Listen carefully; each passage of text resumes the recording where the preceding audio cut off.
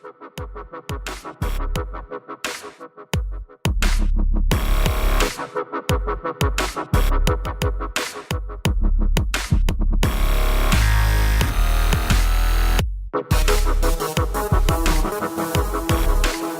by the sound of violence. What if, in order to be an MMA fighter, when you first decide it, someone comes up to you and says, okay, you want to be an MMA fighter? Here, you got to drink this coffee cup full of another man's blood, and while you do it, we're going to like hit on you with baseball bats. You think they'd be like, all right, cool. No, it would be like 5 MMA fighters. There would be... no. If that was offered... Alright. There's more than 5, because here's the people who would be like, yeah, alright, give me... I'll chug that. Fedor and Crow Cop. Fedor and Crow Cop. Don Fry. Tank Abbott. That's how they got Pride contracts. Maybe Kimbo? Maybe? I feel like maybe Clay Bob Guida, Bob Sapp. Someone like Dustin Poirier and Connor, I think, would. I could see Khabib doing it. Tony Ferguson totally would. Nick and Nate Diaz had to do it just to get their black belts. Nick and Nate Diaz did that in 3rd grade, with 30-year-olds. Hey, bro. No, listen. It was like 2nd grade, bro. Some kid took me in the back. It was like, you can drink this cup of blood. I'm going to hit you with a baseball bat. I was like, that's what's up. Nick, I'm really happy that you came in here. I did see you sitting in the back, so it's nice to know that you're here. But did Nate do that in 2nd grade too? I made him do it. First time he smoked weed. What's up? My God, when was the first time he smoked weed? Like 1960. I don't know. I don't know about dates. What the fuck? It's not even a date. You don't even know a specific date. Do you remember how old you were? I think Fiona Apple had that single out.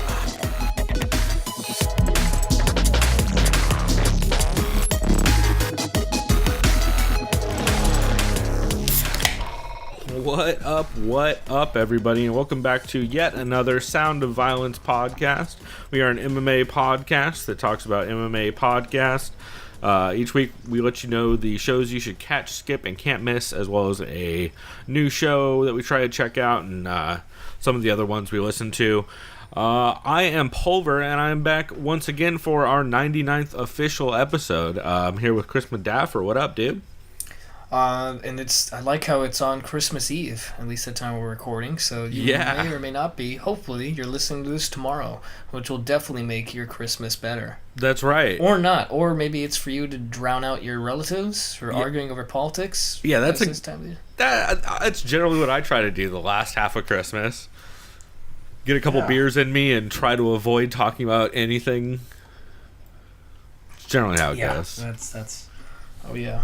So let's see. We'll get in. Why don't we start off with before we get into format, we'll start off with our Pop-Off Vodka presents Doug Stanhope presents our sponsors. They're totally real and super not fake. You're not drinking anything this week, right? Nope. Not this week. Maybe on Friday. We'll see how things are going for our special episode. Oh yeah, which we'll talk about later on in this episode. Only I could go off. I do have a sponsor though. Oh yeah. Yeah, definitely have. Returning yet again, Los Angeles Kush. Smoking on some Red Box still. Nice. Yeah. Oh, nice. Is it that shit that killed Jake Ellenberger? Not that bad. That's probably good. Yeah, I think because you'd probably lose me in the second half of the episode, and that wouldn't be fun. It'd just lead to confusion. No, it'd be pretty. Then probably hearing you ring my phone ringing or some shit. Yeah, something like that.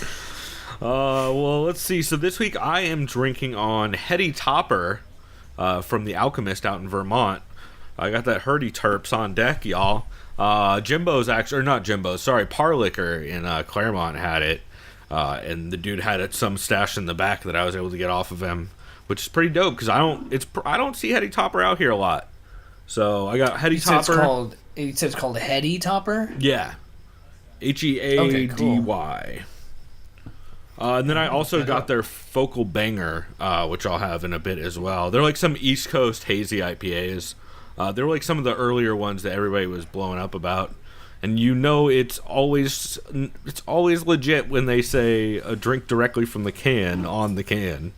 Because they don't want you seeing all the goddamn particulate in this motherfucker. So, here, I'll give this a try and we'll kick this thing off. Oh, damn, yeah, this beer is... That beer, the Heady Topper, is heavily reviewed. Yeah. Ooh, that's actually really good. I am going to pour it in a glass, though, because I'm not about to drink this bitch out the can.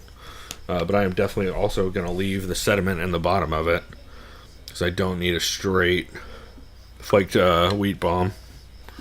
Or flaked, whatchamacallit, oats.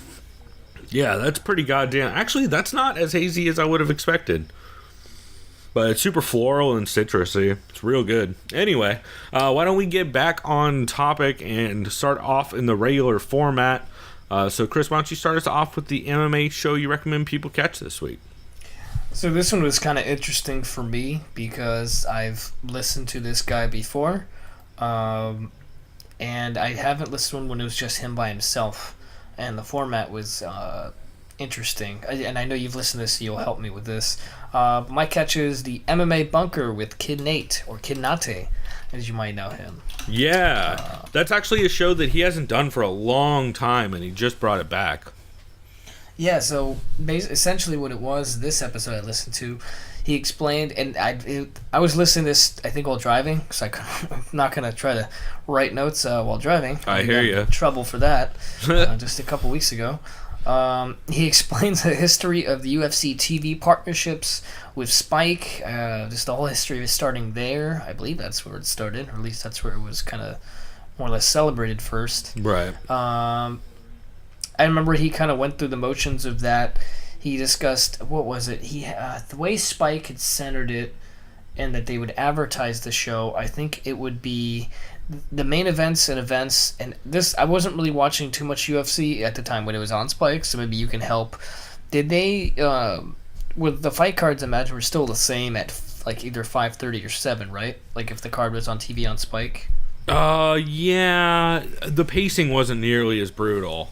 I think like the main thing back then. The Spike cards were weird because some of them would be like tough finales, which were fine. he mentioned that, and then they had all the weird UFC on Fuels for a while that were I remember he mentioned something along the lines of Spike. They'd show reruns late night when they have like all those weird late night shows. For they did or whatever you call it, like they did a lot or some shit. Or, they did a lot of that stuff. Or 1,000 Ways to Die, whatever those weird shows were that were on, but probably just I don't know how long ago. Yep. But that was just because he said, ironically, while their partnership with Spike wasn't like on a huge level, it felt like it was kind of more celebrated there, as far as like the people who watched those fights. He said he talks about the UFC basically getting cucked, as he called it, by the Ultimate Fighter when it went live on FX, I think it was. Season 15. That's the live season. Yep. Was it FX? I think Ultimate Fighter started on Spike. It might have been. I think he said it was on FX for this one. He said, which made it very confusing because then he talked about how FX is one of the best cable channels as far as like the content they have. Yeah, you know what? Maybe it was. I mix up all those TV channels back then because they were all doing the same thing. Because I remember he was talking about it was confusing in the sense that FX already is successful with whether you're watching like The Shield or Sons of Anarchy at the time, whenever it was. It's Always Sunny, all that stuff. Yeah, It's Always Sunny. Yeah, he mentioned that. Why would they need some? Oh, let's have the Ultimate Fighter for one season? What?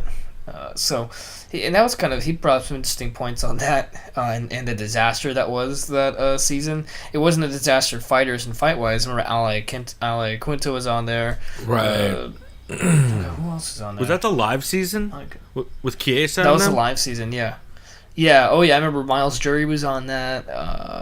Chiesa was on there. Fuck, who else is on there? I forget. Justin Lawrence, it's a couple other people, I think. He said then he talked about the Ultimate Fighter when it was live on FX. He talked about the UFC's very first fight card debut on Fox, or Big Fox, whatever you want to call it, which was Cain Velasquez and Junior Dos Santos fight number 1. said the UFC, and he talked a lot of shit on Dana. He's very critical of Dana. Basically, what he kind of turned into from being the president to mainly like a promoter, and vetting his best interests first. What he thinks is first for the company rather than the fighters, unfortunately. And I'll just end this saying, he said the UFC wanted to get away from douchebags who wore tap-out Affliction and drank Bud Ice and moved to an audience who wore oversized jerseys and drank Fat Tire, which is how he described the UFC decision to go to Fox. I fucks with that. Yeah, I think it makes a lot of sense. And I remember when he mentioned Affliction and Tap, I was like, I didn't realize at the time, but that clothing brand or whatever you want to call it was actually really expensive and like sold at Nordstrom. And I mean, I don't wear that shit. You wouldn't see me caught dead wearing that shit. But yeah, I don't think I've ever had a shirt with foil on it or chains or rhinestones. Yeah. Yeah. What was that movie we did a commentary for? All of them. It's like, guys. Yeah.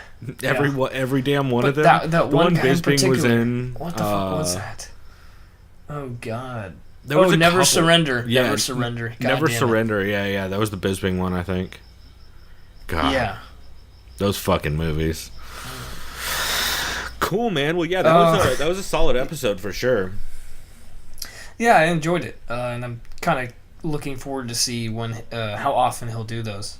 Yeah, I wonder if he just did it because he's manic and off his meds, which he talked about in I forget which episode of If I Did It. He talked about that on, but he was drinking heavily and talking about how he can't get an appointment to see a therapist, and it was pretty great. Shit. But yeah, man, I'm interested to see if he brings that back for sure, because they've been changing up a lot of their content lately and just kind of doing whatever the fuck they want. So I'm excited about it. Hell yeah, man! I like the direction that they're going. Especially promoting a lot of those shows. Definitely. And actually, speaking of Bloody Elbow, that segues perfectly into my catch this week, which is Show Money, episode 25. This was recorded Tuesday. If you guys don't know, Show Money is the show that's hosted by Jason. Oh, I wish I could remember Jason's last name, who is a lawyer. And he also has John. Why can I not remember John's last name? John. God damn it. He's Hey Not the Fake. John Nash. Jesus Christ. John Nash and Paul Giff. They actually attended the Zuffa antitrust hearing that just went down last week or so. Shit. So they talk about going to that. They also heard at one point the security guard trying to kick Kung Lee out of court for having his phone on, which they're like, hey, by the way, you know this is called Zuffa v. Lee and whoever. Like, his name's literally on the name of the case. So it's just funny hearing their take on it. Essentially, not a lot happened. There's a lot of very in-depth law talk, like hot tubs, which evidently means when you have multiple experts up at the same time, so they can go back and forth. Like, a lot of really inside stuff. They talk about how Joe Silva is going to be summoned again for the next hearing, and how it sounds like the judge is going to drop identity class, which is essentially the identity class suit, and then I forget the other suit. But they're talking about dropping the identity class suit, which is the one that has all the likeness rights and all that. So like video game rights and all that stuff. That's the one that part of the one that Nate Quarry is a part of. So it's interesting hearing him talk about that. But essentially, John says the whole thing was a waste of the attorney's time because basically all they did was set a date to talk about when they're going to set another date. Yeah. So I think they said the next hearing is going to be just to set a date to when they're going to bring in the witnesses. So it sounds like those hearings aren't even going to happen until like March or maybe April. And then there's a gap where no one is available until like May. So this thing is going to get dragged out for fucking ever. But they did talk a bit about how they did name drop that, like, we saw the fighters at the bar and talked to them after, but unfortunately we couldn't allow them to buy us any drinks because unlike some reporters that used to work for Fox, we can't be accepting money like that, which I thought was fucking hilarious. Dig at what does he call him? Nate calls him Access Ariel, I believe. Yeah. Which is great. And they also talk about how they think the judge is leaning for class cert and for summary judgment. So a lot of that stuff is way over my head, but they're pretty good at breaking it down, and it's just interesting to hear them give their take on being there in person and kind of how all the interactions went. That's interesting stuff, man. That's something I want to check out too, because I like seeing just a different viewpoint, but that centers around the sport. Yeah. More or less than kind of the same old we hear. Yeah, and that one's really interesting too, since, I mean, number one, Jason's a lawyer, so he kind of gives his insight as to how he thinks things are going. And then John Nash does the financials for Bloody Elbow. So, yeah, so it's just interesting to hear their take on all that stuff, and it'll be, especially since I think this is their 25th episode, I'm pretty sure. So they've been doing this show for a while, all focusing on the financials of the UFC, a little bit of Bellator, a little bit of One. But between the three of them, they've broken a lot. That's what I was saying, is John Nash, before G6 in the background started blowing up. But John Nash does the financials for Bloody Elbow, and I believe Paul Gift does it for Forbes, I want to say. Okay. So they have a lot of knowledge, and they've done a lot of financial reporting, and it's interesting to see that a lot of their work gets cited in a lot of these cases, which is pretty crazy. Like, they've specifically been, their show, that show Money, has been referenced a bunch of times throughout this case, which is pretty funny. That's awesome. Yeah. They definitely, there's somebody on the payroll that's paid to just hang out and listen to that show and like report back about how exactly the prosecution and the defendants should go forward with stuff. So pretty interesting. Yeah, man. I'm definitely going to check that out. I remember I saw that when I was scrolling on, shouts out to MMApodcast.com, of course. One of the better aggregators. Yeah. Maybe the only aggregator that I know. I'm not really sure. My favorite, it's my main aggregator, that and Twitter. Yep. But, yeah, man, I'm going to check that out for sure. Definitely. Bloody Elbow's been killing it with content lately. Anyway, did you have any other catches for this week? Yeah, hold on a second. Yo. Is it possible if you don't do that? Because it's catching up on the mic. Oh, man. It's Christmas Eve! Hey, blame Pulver. Sorry. No, it was yeah. Alright, you probably heard that. That shit is hilarious. Fucking drum circle having ass motherfuckers. Dude, I don't even know where he got little bongo drum from. I'm so confused. Hilarious. Alright, we'll jump back in. Alright, sorry. We had to take a quick break because G6 found some bongos somewhere, I guess. So, yeah. You guys probably heard some quick edits of everyone blaming me, which is, shouts out, it's 100% my fault they can't bang on bongos at fucking, I guess it's only 8 at night. I'm used to doing this late. But anyway. Yeah, anyway, fuck. So did you have any other catches this week? Yeah, before Donkey Kong and G6 interrupted me. Fuck yeah, the Donkey Kong rhythm. What is it, Donkey Konga? Some shit like that. There's a Donkey Kong drum game. Fucking goofy. You know what? I'm sure there is. You know what? If I was like a kid when that shit came out, it'd probably be badass for maybe a week until you break it. Let's see. Another catch. Jungle Beat. That's what it was. It was Donkey Kong Jungle Beat on the GameCube. Okay. Stupid game. Came with bongos. Anyway. Another catch. Severe MMA. I liked the way they discussed their anticipation for Jones versus Gustafsson, which we'll get into, in our other segment. Yeah. So they both were talking about Gustafsson when they brought up the point of, I can't remember who had mentioned this. They said there's been a point where fighters that have solely prepared or focused their career on a particular fighter come away victorious. They mentioned Conor versus Aldo in the sense that Conor was solely focusing on fighting Aldo for his entire career. But then I was trying to remember what other fighters he mentioned. Cody Garbrandt versus Dominic Cruz was another example. Because look at where Cody came from. He kind of was just going up the ranks, knocking dudes left and right, and then he called his shot when he was ranked 8. solely focus on Cruz. Their camp went as well as it did, and he won. The point is they're both thinking in the sense that Gustafsson has been wanting this fight for the past 5 years. I think he wanted a rematch immediately initially when he lost, and they really both like Gus, just kind of as a preview. Because of this, they think history is going to repeat itself in that weird instance. And I could see it. Yeah, it's definitely possible. And who the fuck knows with the fight being moved to a different state? We'll get into that a bit later, but Jesus Christ, it's a good thing we recorded late, because otherwise that would have come out like 4 hours after we published podcasts. So, yep.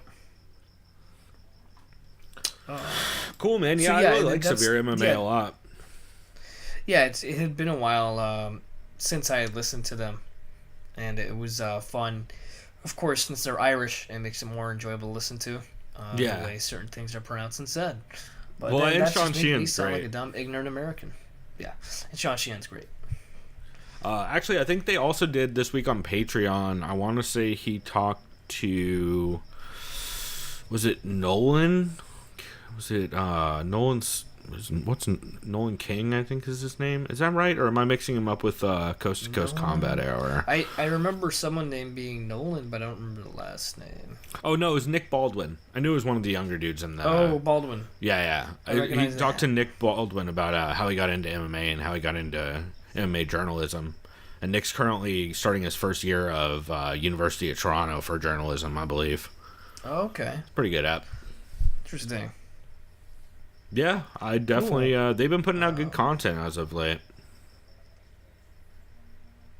Yeah, I mean, all these I always tell myself I need to check out, and I really should just start putting asterisks next to these names in this same list. So then I should have it maybe be like, what do you call it, mandatory listening, something like that. There you go. Or, yeah, something I could figure out. Maybe do like a week of that or something. Yeah, that'd be dope. What was I just going to say? I don't remember right now. Well, that works. I actually had another catch that I'll jump into here briefly. It's a weird one, and I'm not going to talk about it too much, but Chad Shank of the Doug Stanhope podcast, he is Doug's buddy who lives with him in Bisbee. Not with him, but lives in Bisbee as well and goes over to Doug's all the time. Really nice guy. I've talked to him a bunch on Twitter and on Twitch, where he did a Twitch stream. So that's why it's like kind of a catch, but technically not a podcast, but it might as well be a podcast. Because he was on Twitch playing poker with Joby, who you guys would know from Doug Stanhope Celebrity Death Pool, and some other buddies. They actually shouted me out a couple times during it, which was cool. But they did a poker stream.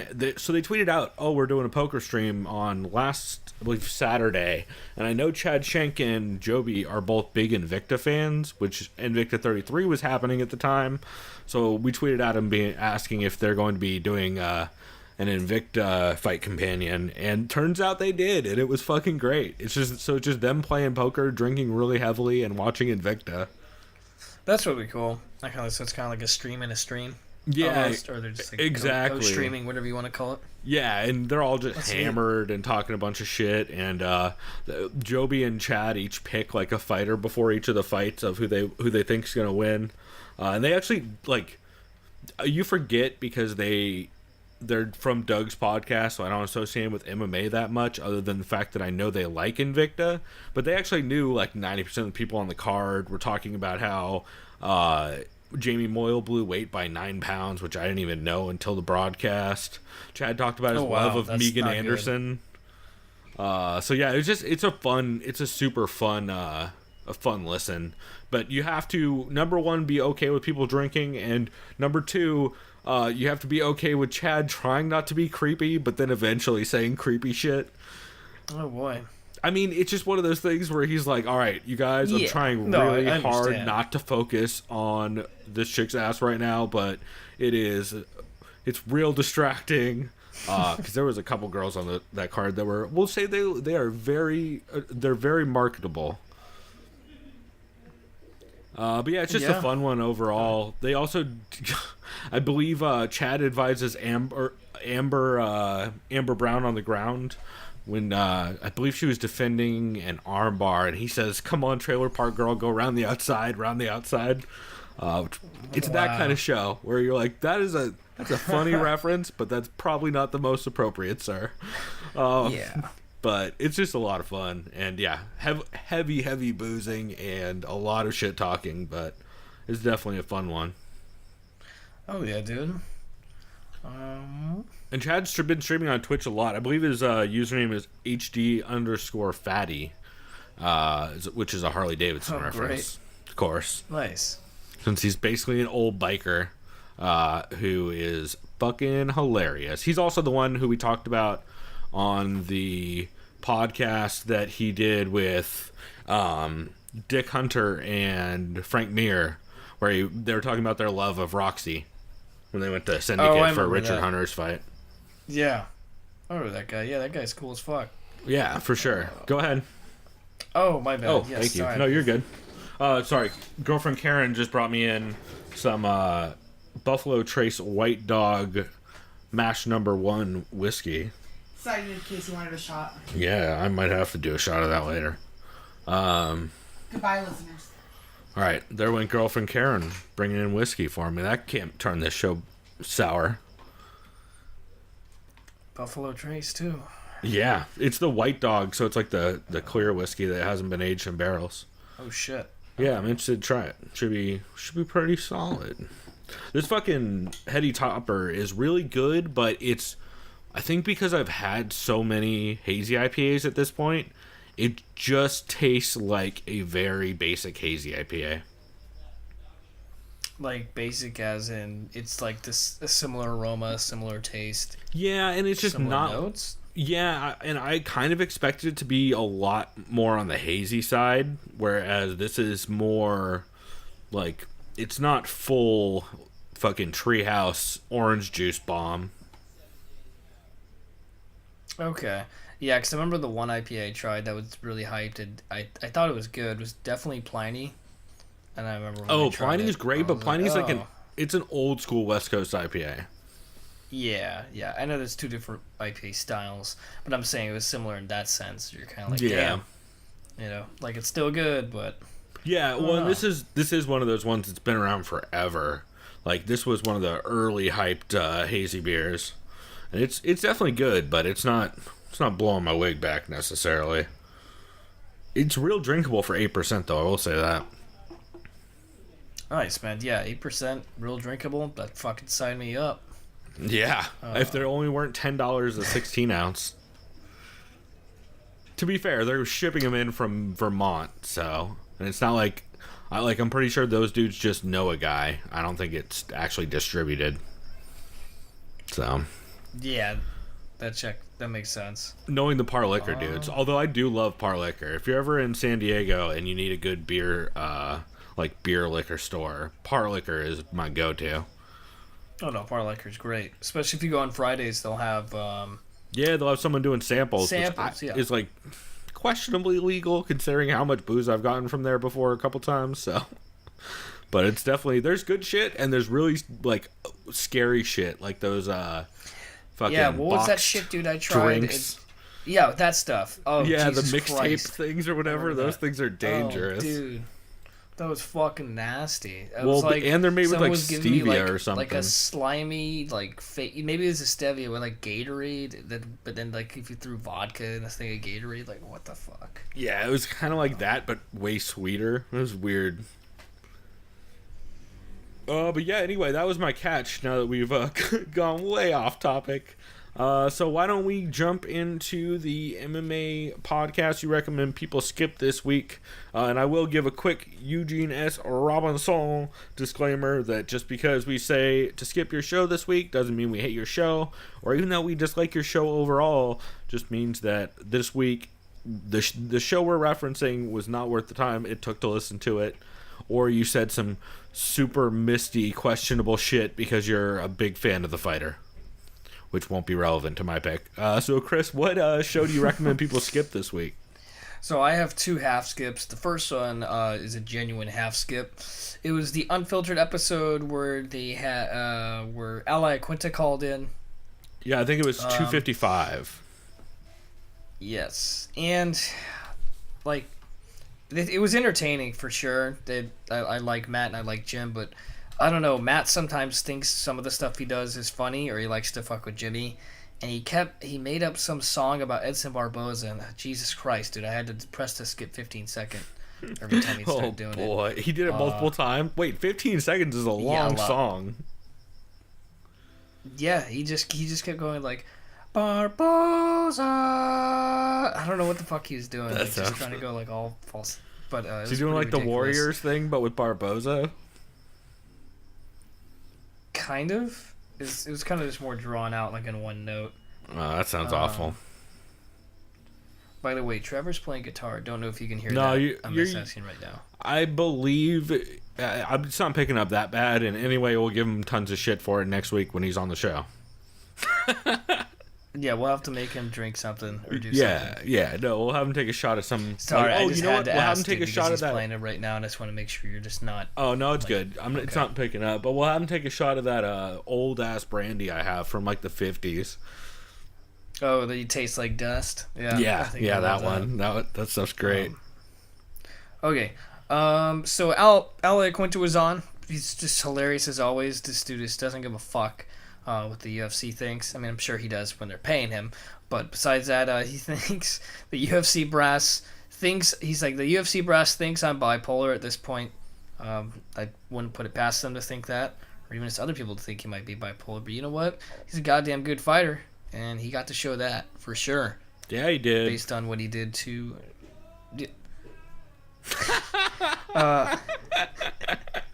Keep going. Oh shit! Al says he's looking at a top 4 fight. He thinks this victory over Lee is one of his best victories. I mean, or just arguably his best victory overall. He said he thinks the thought process of both fighters was that Lee enjoyed the process leading up to the fight, whereas Al says he enjoyed the fight itself more.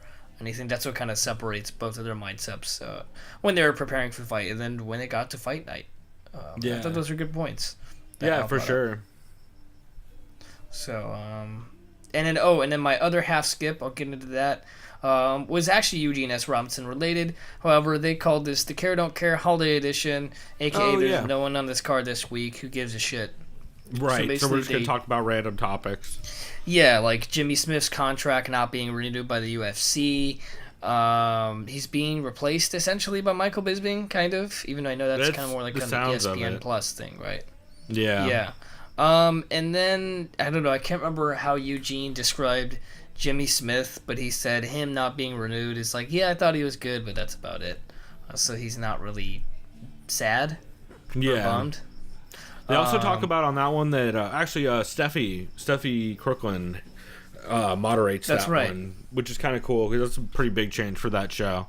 But since her shows are no longer on for a reason that we no longer discuss on the show, she it's cool hearing her on there be the moderator, and it makes Eugene kind of check some of his jokes but then go harder on other ones, so that's pretty good. I did notice that too. I forgot, I think it was John Nash that brought it up. They discussed Baby It's Cold Outside, the classic Christmas song by Dean Martin, and they talked about that probably for about 20 minutes, I believe, the context of the lyrics now versus 70 years ago. Then they discussed the value of a title fight per month, as far as should a pay-per-view always feature a title fight per month, or should there be a title fight? Like, should a pay-per-view always feature a title fight? Right. Which the UFC is basically done for every card since the 150s or something. Like 100. Well, I think I know at least for sure since 151 because that was the Jones one. That's right. Yeah. They discussed old boxers. I think it was Nate who brought this up. Like, could Jake LaMotta, like, I think he's still alive, by the way. I think he's like in his 90s. But they said, I think one of them mentioned. It was Eugene. Alive? I think he died. I think. Okay. Let me look that up because I know Doug Stanhope had a famous bit about him since they used to live in the same I saw that. It was the Doug Stanhope at the coffee something, or what the fuck was that called? Beer Town. Beer Hall Putsch. Beer Hall Putsch. Yeah. Putsch. Yeah. He talked about that joke is hilarious. I remember that bit. That's one. That was a great. Yeah, Yeah, he Eugene died in was talking about 2017. he met Jake LaMotta. He just died last year. Okay. Yeah. That's what it was. Yeah. So yeah, what was I just saying?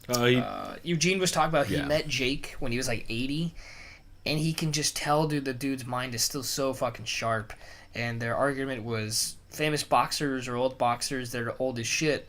Do you think they could still knock someone the fuck out? And Eugene was like, absolutely, some dude would crumble me if they really had to, just from what they're so used to training, their muscle memory, everything.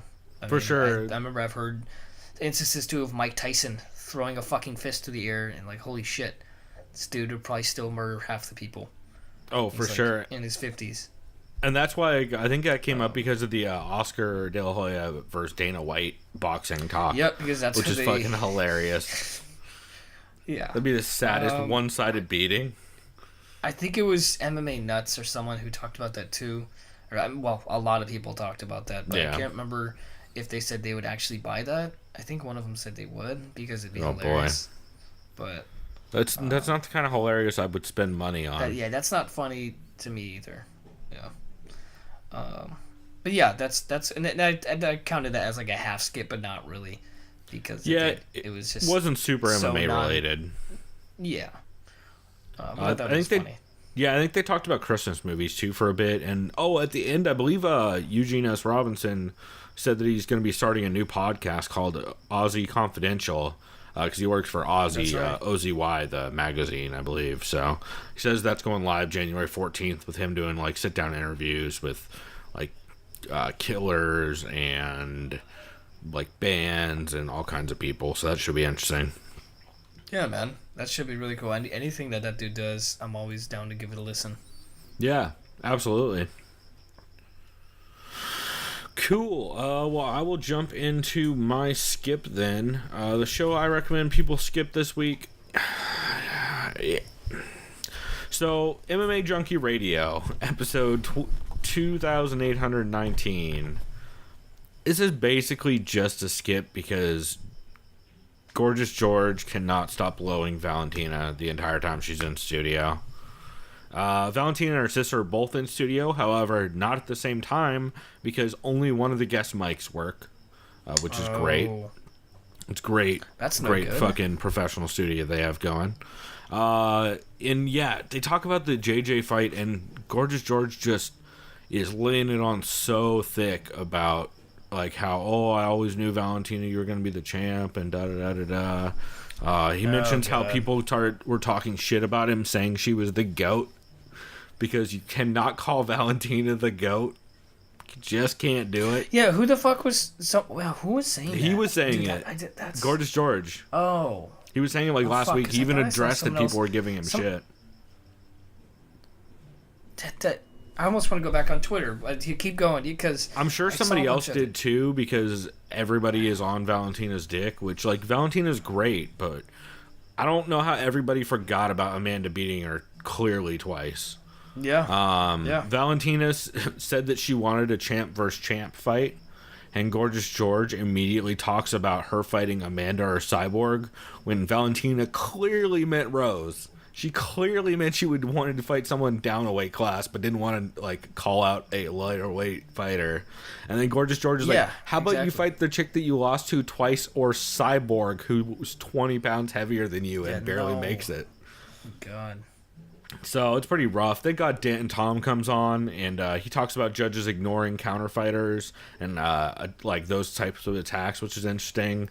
They also talk a bit about Valentina's love of spinning shit because of Benny the Jet Arquitez, which is pretty cool. And then Gorgeous George pitches why Valentina should get to fight Amanda again, which is like, bro, I guess you don't remember those two fights. When was the last time someone had two losses and got to fight a third fight? I'm trying to remember.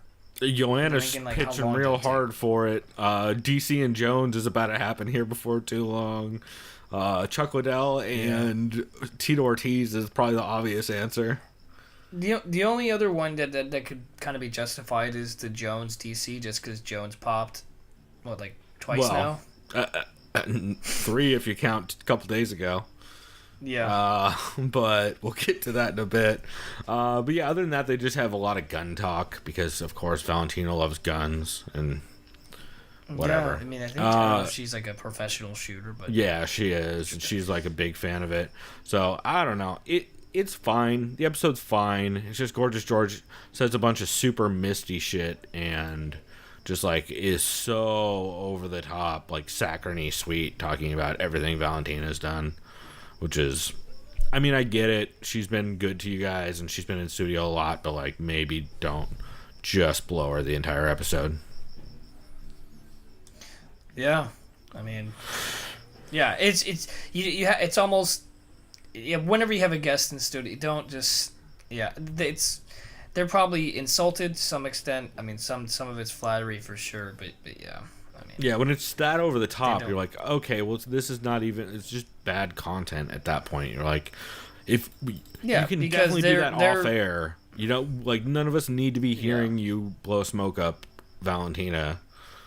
You know, so I don't know. Just bugged me. It bugs me that he does that a lot. No, it would bug me too. Because it's like they're just celebrating their guests instead of really talking about them, right? Or asking questions like not which like a certain former generic "What's next?" But yeah, a certain former Fox on the low Fox employee used to do the same thing and still does actually, but now over at a different company.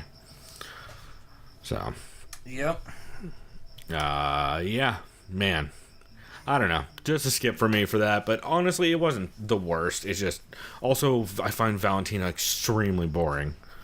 But maybe that's just me. Yeah. I was going to say she is kind of monotonous a little bit. We'll leave it at that. I mean, it's just always the same 3 topics with her every show she goes on.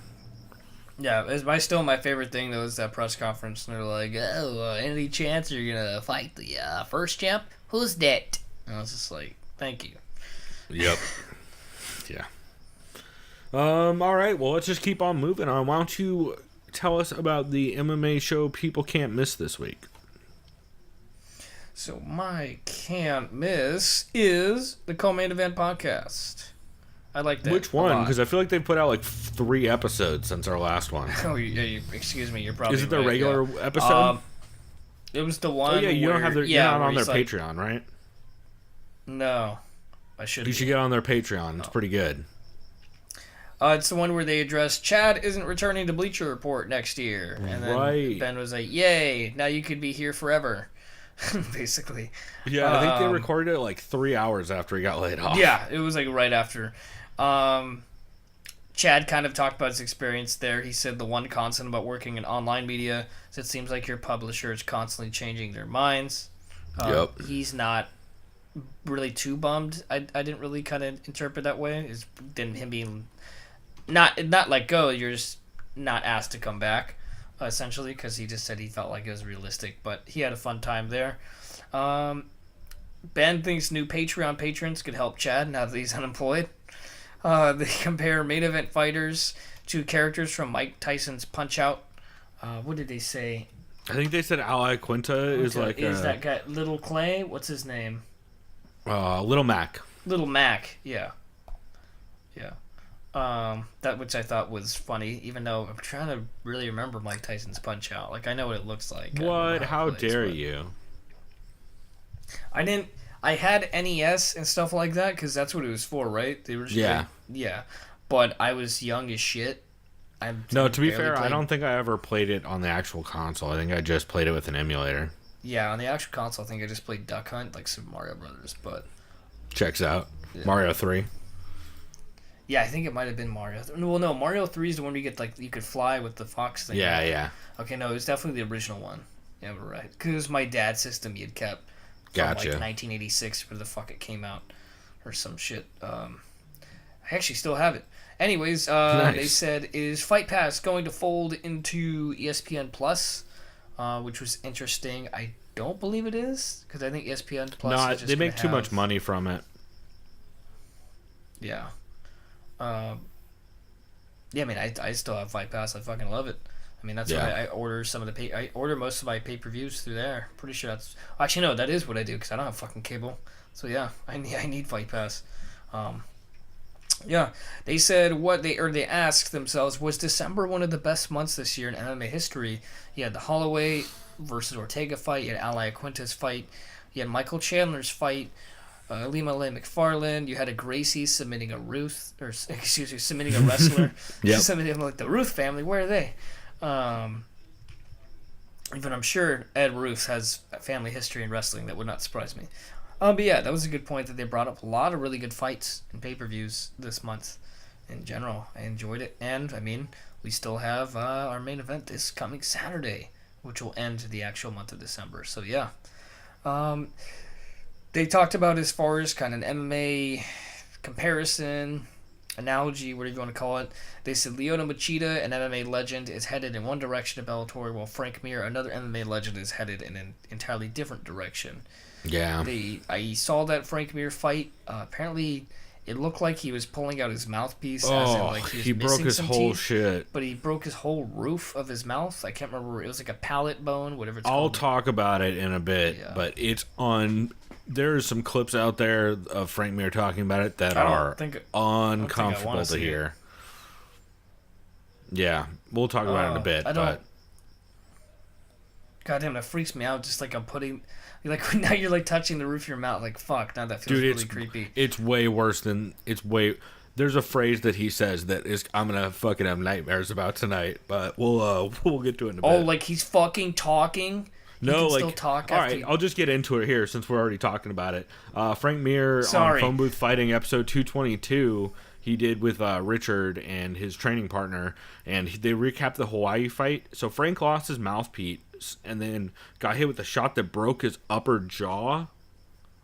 So essentially, like along his gum line, fractured.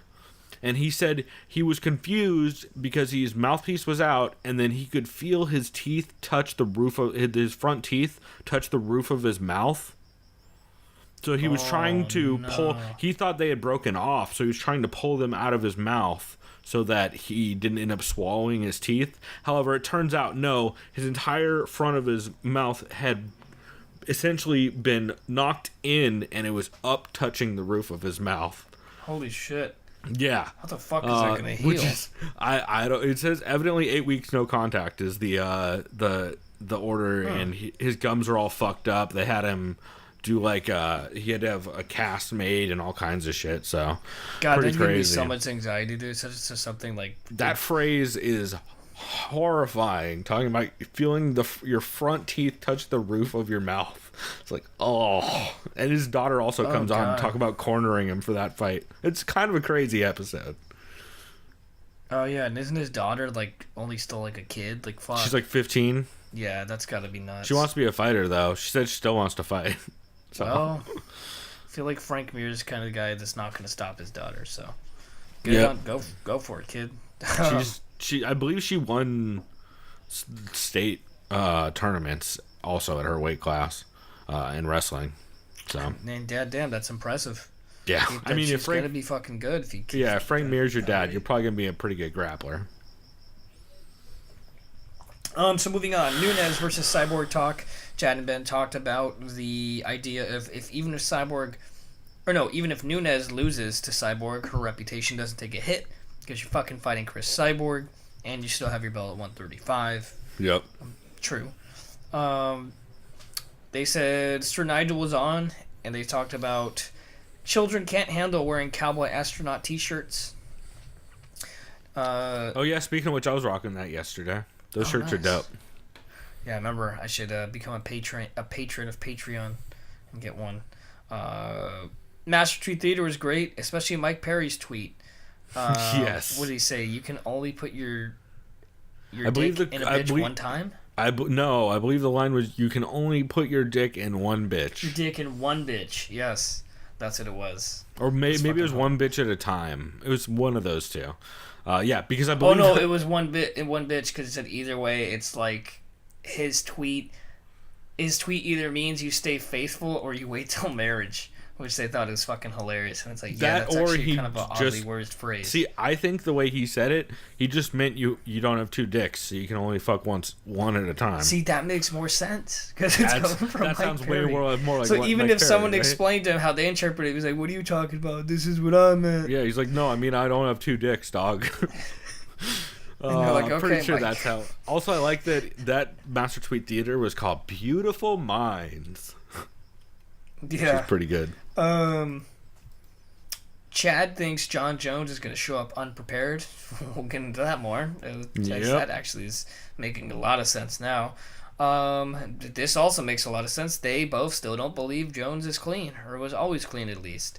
Shocking. Also, this was recorded on Monday. Yeah, they start thinking about who are the worst. Last Monday, who are the worst dopers in the world? Possibility that Jones is so reckless it looks like cheating, or he could be just that dumb. That sounds like something Joe Rogan would say. I don't know.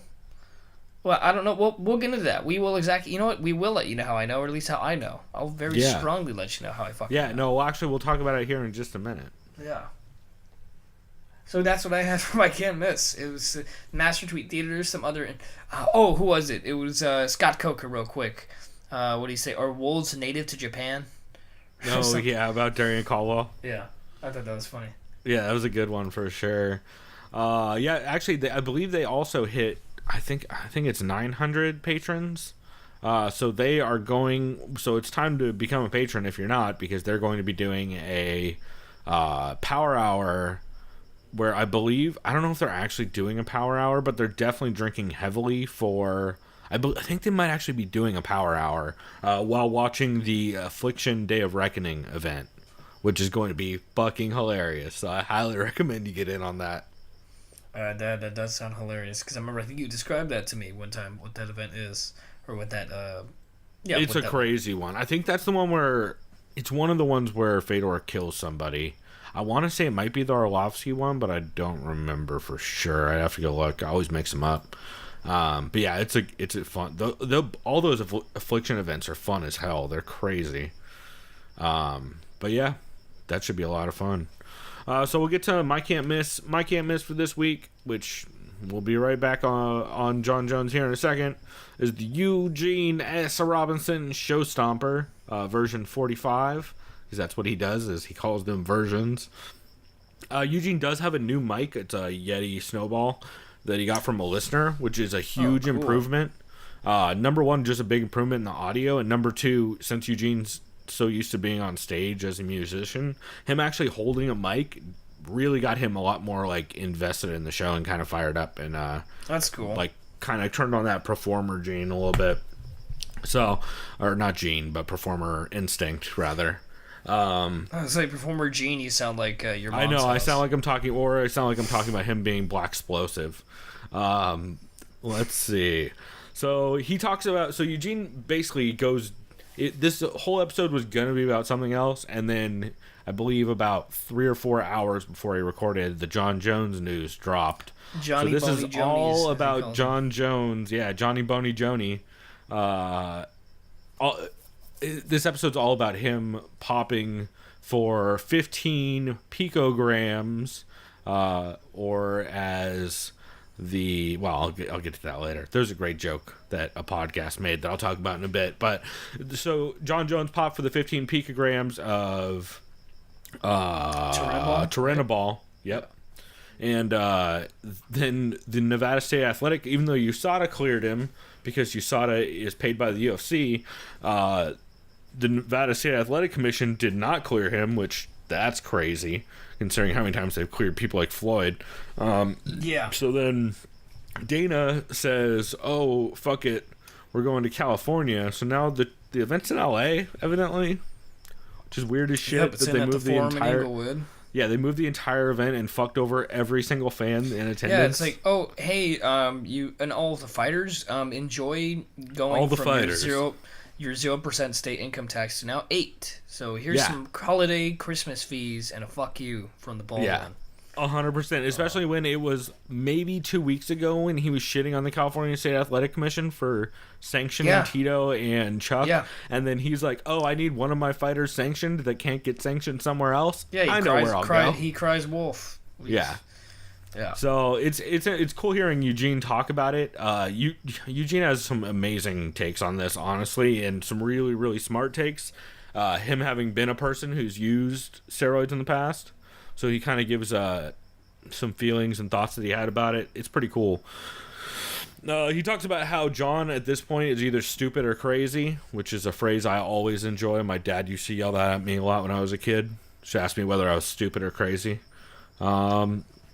And of course you would say I'm crazy, stupid.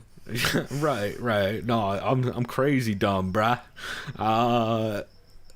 Let's see. So Eugene talks about how steroids do change your adrenal response, because it evidently widened from as he explained it. It widened some of your adrenaline, like the stuff that feeds adrenaline kind of changes, so that when you get pumped with adrenaline, you're getting a lot more adrenaline than normal, which is interesting to hear his take on that, and that's actually why he stopped doing a lot of that stuff. He also talks about how oral steroids overwork your kidneys and liver for a reason, and he says that from what he understands about this stuff, for John Jones to have popped with steroids, it couldn't have been oral steroids and still been in his system. It would have had to have been oil-based steroids, which means he shot him up. Shit. Okay. So he's essentially saying either John was dirty back then and knowingly shot steroids, and now they're still in the system and he is clean, or he was clean back then, but now he is popping for a new thing of steroids. Like, there's no version in which he at some point didn't do steroids. Yeah. He also talked a bit about whether or not John's just microdosing just for the head game, just for like the mental edge. Which is I was just talking to someone about that. Wow, that's crazy. I gotta listen to this now, because that's what I was telling someone. I was like, oh, he's probably just microdosing, because usually when you take steroids, your confidence goes up like crazy, and if he was on steroids when he beat Gus, he needs to be on them again, right? If you want, Well, especially since the one fight everybody knows that he was clean for was the OSP fight where he looked like shit. Yeah. I mean, he still worked OSP, but he still. But it was his worst performance by far. Yeah. Yeah. So it's pretty interesting. He keeps comparing John Jones to Dr. Jekyll and Mr. Hyde with like his just changing on a dime personality. He also addresses my question about Tom Lawler, because I was hanging out in the chat when this was live. I asked him, how can USADA justify giving John Jones, like letting John Jones off when Tom Lawler. John popped for 15 picograms for another offense, whereas Tom Lawler popped for 17 picograms on his first offense and got over 2 years, which is fucking insane. And then Eugene just essentially starts yelling like, you don't know why this is happening? It's because if Tom Lawler died tomorrow, most people probably wouldn't know. He's like, I like Tom Lawler, but it's clearly because John Jones is you saw it as making a political point, and it's pretty interesting hearing that. He also talked about, I asked him whether or what his thoughts are, or how much credibility does the California State Athletic Commission lose by sanctioning this, and he talks a bit about that and how California kind of doesn't give a fuck. He also brings up another really interesting point, which is pretty interesting that the card happens to move from Vegas to the city where Endeavor is. Yeah. Crazy coincidence. Imagine that. Yeah. Not like Endeavor has any pull in the city of LA. So all the interesting and unfortunate series of events. Yeah, it is. For the fans, mostly for Gustafson. Mostly for him. I mean, at this point, he says, John, you can be on rocket fuel. I'm still going to knock you the fuck out. So I like his confidence, like where his head's at. We'll get into that in a bit. But I feel for the fans. And I know they have some sort of window to buy new tickets or some shit like that. Not really. So fans are pretty much fucked over because... So every single ticket is automatically being refunded for UFC 232 in Vegas, right? So all of those are being refunded, and let me guess, 7 to 10 days. Yeah, and then he's gonna resell them for like a lower price, so he makes sure it gets sold out in that short amount of time, or something. Not even that. It's just all the fans who bought tickets in Vegas, they don't get their money back for those tickets until 7 to 10 days from now, which is after the fight. 232 in Los Angeles. That's fucked. So essentially, they have to. You can't risk buying a new ticket because what if you don't get refunded, or what if it doesn't do in time? It's so fucking, it's a mess, dude. Yeah, that's bullshit. And they're having to charter planes for the fighters to get the fighters and their teams out there, and it fucks over every single one of the other fighters on the cards. Like, the only one that is probably happy about this is Chris Cyborg, who I got to imagine wasn't really in. If she did make it to Vegas, she'd been there for like a day maybe. So I saw a tweet from Michael Chiesa of him dancing. yeah, dancing to going back to Cali. Yeah. Michael Chiesa has been hilarious. He had a great episode with, I want to say, Submission Radio this week. Yeah, where, he was on there. Yeah, where he was talking about how he, like, I think a week or two ago, he had In-N-Out burgers. He had like 3 of them because he's at 170 now. So. Oh yeah, good cool for him, man. I hope hopefully he looks good. Yeah. This weekend I'd like to see him, and same with Condit though too, because I know. Yeah, hopefully Condit looks good. That one makes me nervous. But yeah, that was my catch for can't miss for this week. Eugene's just fucking killing it and dropping some crazy insight that I haven't really heard anybody talk about, those kinds of specifics. And that dude is, people sleep on Eugene S. Robinson. That motherfucker is in the know on a lot of this stuff. So it's cool to hear his take. Did you listen to any new shows this week? I had briefly mentioned technically the MMA Bunker was new in the sense that I hadn't heard Kid Nate in that format. Yeah, so that was new for me. Other than that, there wasn't really anything new. Yeah, like, I mean, what I did is, I know you've always listened to this show. I've listened to it too, but I did listen to the MMA Depressed Us. With Zane Simon, that was a great one. And Phil, and I did really actually depressing. A little bit. Yeah, I did go along with the Penn versus Edgar 3 for a bit. I was watching it as they were talking. Yeah. That was one of the most depressing versions of that show I've seen because it was the worst BJ Penn performances. Yeah. It's really sad. Luckily, they didn't do Yair Rodriguez versus BJ also. Oh, God. Isn't BJ Penn fighting on this fucking card? Yeah, Ryan Hall. Oh, Ryan Hall? Oh, shit. Well, we'll get to that. Yeah, but, oh, boy. So, yeah. So, I listened to a new show this week. It's iFOX with Juice. iFOX with Juice.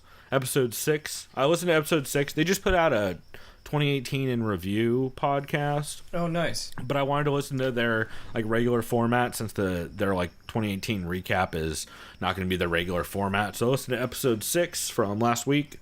The hosts are Juice and Rena. I know Juice from MMA Twitter. He's always on there. Dude makes some funny jokes and isn't afraid to talk shit about some shitty characters in the sport, which is always refreshing. In that episode, they recapped UFC 231, the main card mostly. Talked about their picks and some of the fights that went down. Juice had an interesting point where he said that Max is kind of equal parts hood and genius, which I thought was a good way of describing him. Yeah. Because Max is like a shit-eating wild man, but also is very technical. So you get like it's kind of that Diaz-esque crazy swagger, but also with crazy footwork and a really well-rounded game. So I thought that was a cool insight from him. Hell yeah, man. And then other than that, they previewed UFC Milwaukee. They talked about some memorable moments on Fox for the time the UFC was on there. And they talked about all the fuckery with USADA and Lesnar's missing test. So it was a really good episode. It kind of reminds me of Tommy Bushido Talk with Tommy Told and Nina, except if Nina was actually listenable. Like if you could listen to Nina without wanting to pull your fucking eyes out. Wait, is it Nina or Naya? I always forget who's Naya, you're right. Yeah. That's how long it's been. To be fair, I just combined Naya and Rena to make Nina. Yeah. So that was my fault. But yeah, Juice and Rena I like a lot. And it's a fun show. I'm definitely going to check it out again. And I'm interested to hear their 2018 kind of recap show because I bet it's pretty good. So recommend checking that out. Also, their audio is very good for they're I think only 6 episodes in. I said 6 or 7, so they're pretty young in the game, but their audio is pretty solid. There wasn't really any like terrible Skype issues. Everybody's mics seemed to be pretty decent, so I'm a fan of it. Awesome, yeah. So many more shows to check out, especially tomorrow. That's right. Cool, man. Well, we will go ahead and... Oh, you know what? Why don't we get into our... that's the end of the MMA podcast. Is there any ones you wanted to shout out as just like an honorable mention? Yeah, I believe I had Did you see that shit with Mike Strauss? He had a 10-minute interview with Jason Perillo, who's the head coach of Chris Cyborg. He's also been training TJ Dillashaw for TJ Dillashaw's upcoming fight against a certain Olympic gold medalist. Right. MMA I always Nuts. forget he's been working with TJ. Yeah, TJ's one of those guys. I think it's TJ, and who the fuck else is it? There's another champion. Basically, they just believe in training everywhere. They think that's the future of MMA. I kind of agree. Yeah, cross-training with different coaches. I mean, it's smart, and it works. Because you're clearly picking everyone's brain. That's like some true martial artist shit, too. That's like some Dragon Ball shit, whatever you want to call it, you know? It's fucking learn from Valentina everyone. does a bit of that, too. Yeah. Like, she has her main coach, but they go around. They travel around a lot. I think I remember seeing that in Embedded. I'll quickly shout out MMA Heat with Karen Bryan, Alan Joban. I listened to the episode where they talked about Al's fight against Kevin Lee and Ali Quinta. And then I remember Alan quickly previewed Jones versus Gustafsson too, and that's all I got. Yeah, I think they also talked a bit about how Karen's going to be moving to ESPN also. Yep. Yeah, they're keeping her on, which is cool. I think she does a great job. A lot of people give Karen shit, but honestly, there could be so many worse people in that position. Like, Karen gives a shit about the sport. She's followed it for a long time. I get that some people might find her grating or whatever, but I've always liked her. I like her a lot as well. I think she's done a fine job. So, looking forward to seeing someone that we're used to enjoying, listen to, and watch on the presentations. Be a part of ESPN. So yeah, should be good. Agreed. So for me, some of the honorable mentions I wanted to burn through here real quick. I'm just gonna ramble them off since it's been about 9 days since our last episode. So I've got a whole bunch, and I'm just gonna rattle them off because I don't want to take forever on it. Punch Kick Chill had 2 episodes. Episode 12, which was Fedor versus Crow Cop, which is hilarious. Justin keeps almost getting taken by the Time Nexus. And they talk about, which you guys heard on our intro, they talk about how many fighters would do MMA if it was a requirement to drink a cup of blood while getting hit with bats to get into the sport. Holy shit. Which is just a hilarious, weird take that they had. And then they talked about, Nick Diaz comes on during this episode. Totally real, super not fake Nick Diaz comes on to explain that he got Nate high and made him drink blood and get hit by bats the same year Fiona Apple had that hit song. So any indie rock enthusiast would probably I know who that is. I don't know the name of the song, probably for good reason. Don't worry, I didn't either, and they didn't either. That's good. Pretty good. You know who's another hit band? I remember. I think I was like in 6th grade. Remember that one group, Vitamin C? Yeah. With the redhead chick. Yeah, that's all I remember by it. My other favorite one hit wonder band, Fastball, with that song called "The Way" from like 1998 or some shit. I don't know. Chris, you know there's a bunch of the them out road there, that guys. you walk on is paved in gold. It's always sunny. It never gets cold. I do now. I do know now. I think that's the lyrics to that song. Yeah, I think something you're right. like that. Yeah, or somebody that I used to know. Do you remember that one hit wonder? Anyways. Yeah. Anyway, let's see. Punch Kick Chill episode 13. They did a one championship fight between a guy named Vitaly and a guy named Igor. It's a fucking insane fight. First off, this weird British gentleman intros the fight, which is really confusing. Also, Igor does this move where he's cracking his knuckles, but it looks like he's breaking his fingers before the fight. So there's a lot of talk about that, about how Igor's crazy, and the guy, Vitaly, got scared because Igor walked into the cage and broke all his fingers right before the fight. Wow. It's real goofy. MMA Roadshow episode 195 was good. It's Cold Coffee and John hanging out at John's house drinking Nemaroff vodka. They talk about Bellator Hawaii, and they talk about, they played a scrum with Gus at the UFC PI, and they talk about John not agreeing to VADA testing John Jones. And then John Morgan talks to Forrest Griffin and some of the UFC PI guys about their new nutrition program. And John and Cold Coffee talk about how that nutrition program could be good for fighters, but it could be a fucking shit show. Especially like if a fighter ever gets sick from any of that stuff. Like the UFC is so fucked. So it's kind of crazy that they're getting into that business. Yeah.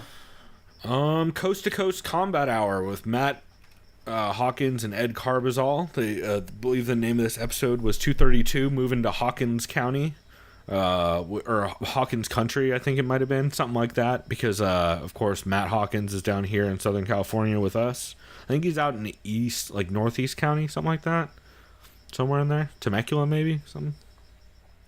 Okay. I'm terrible at geography. I know he's down here in San Diego somewhere.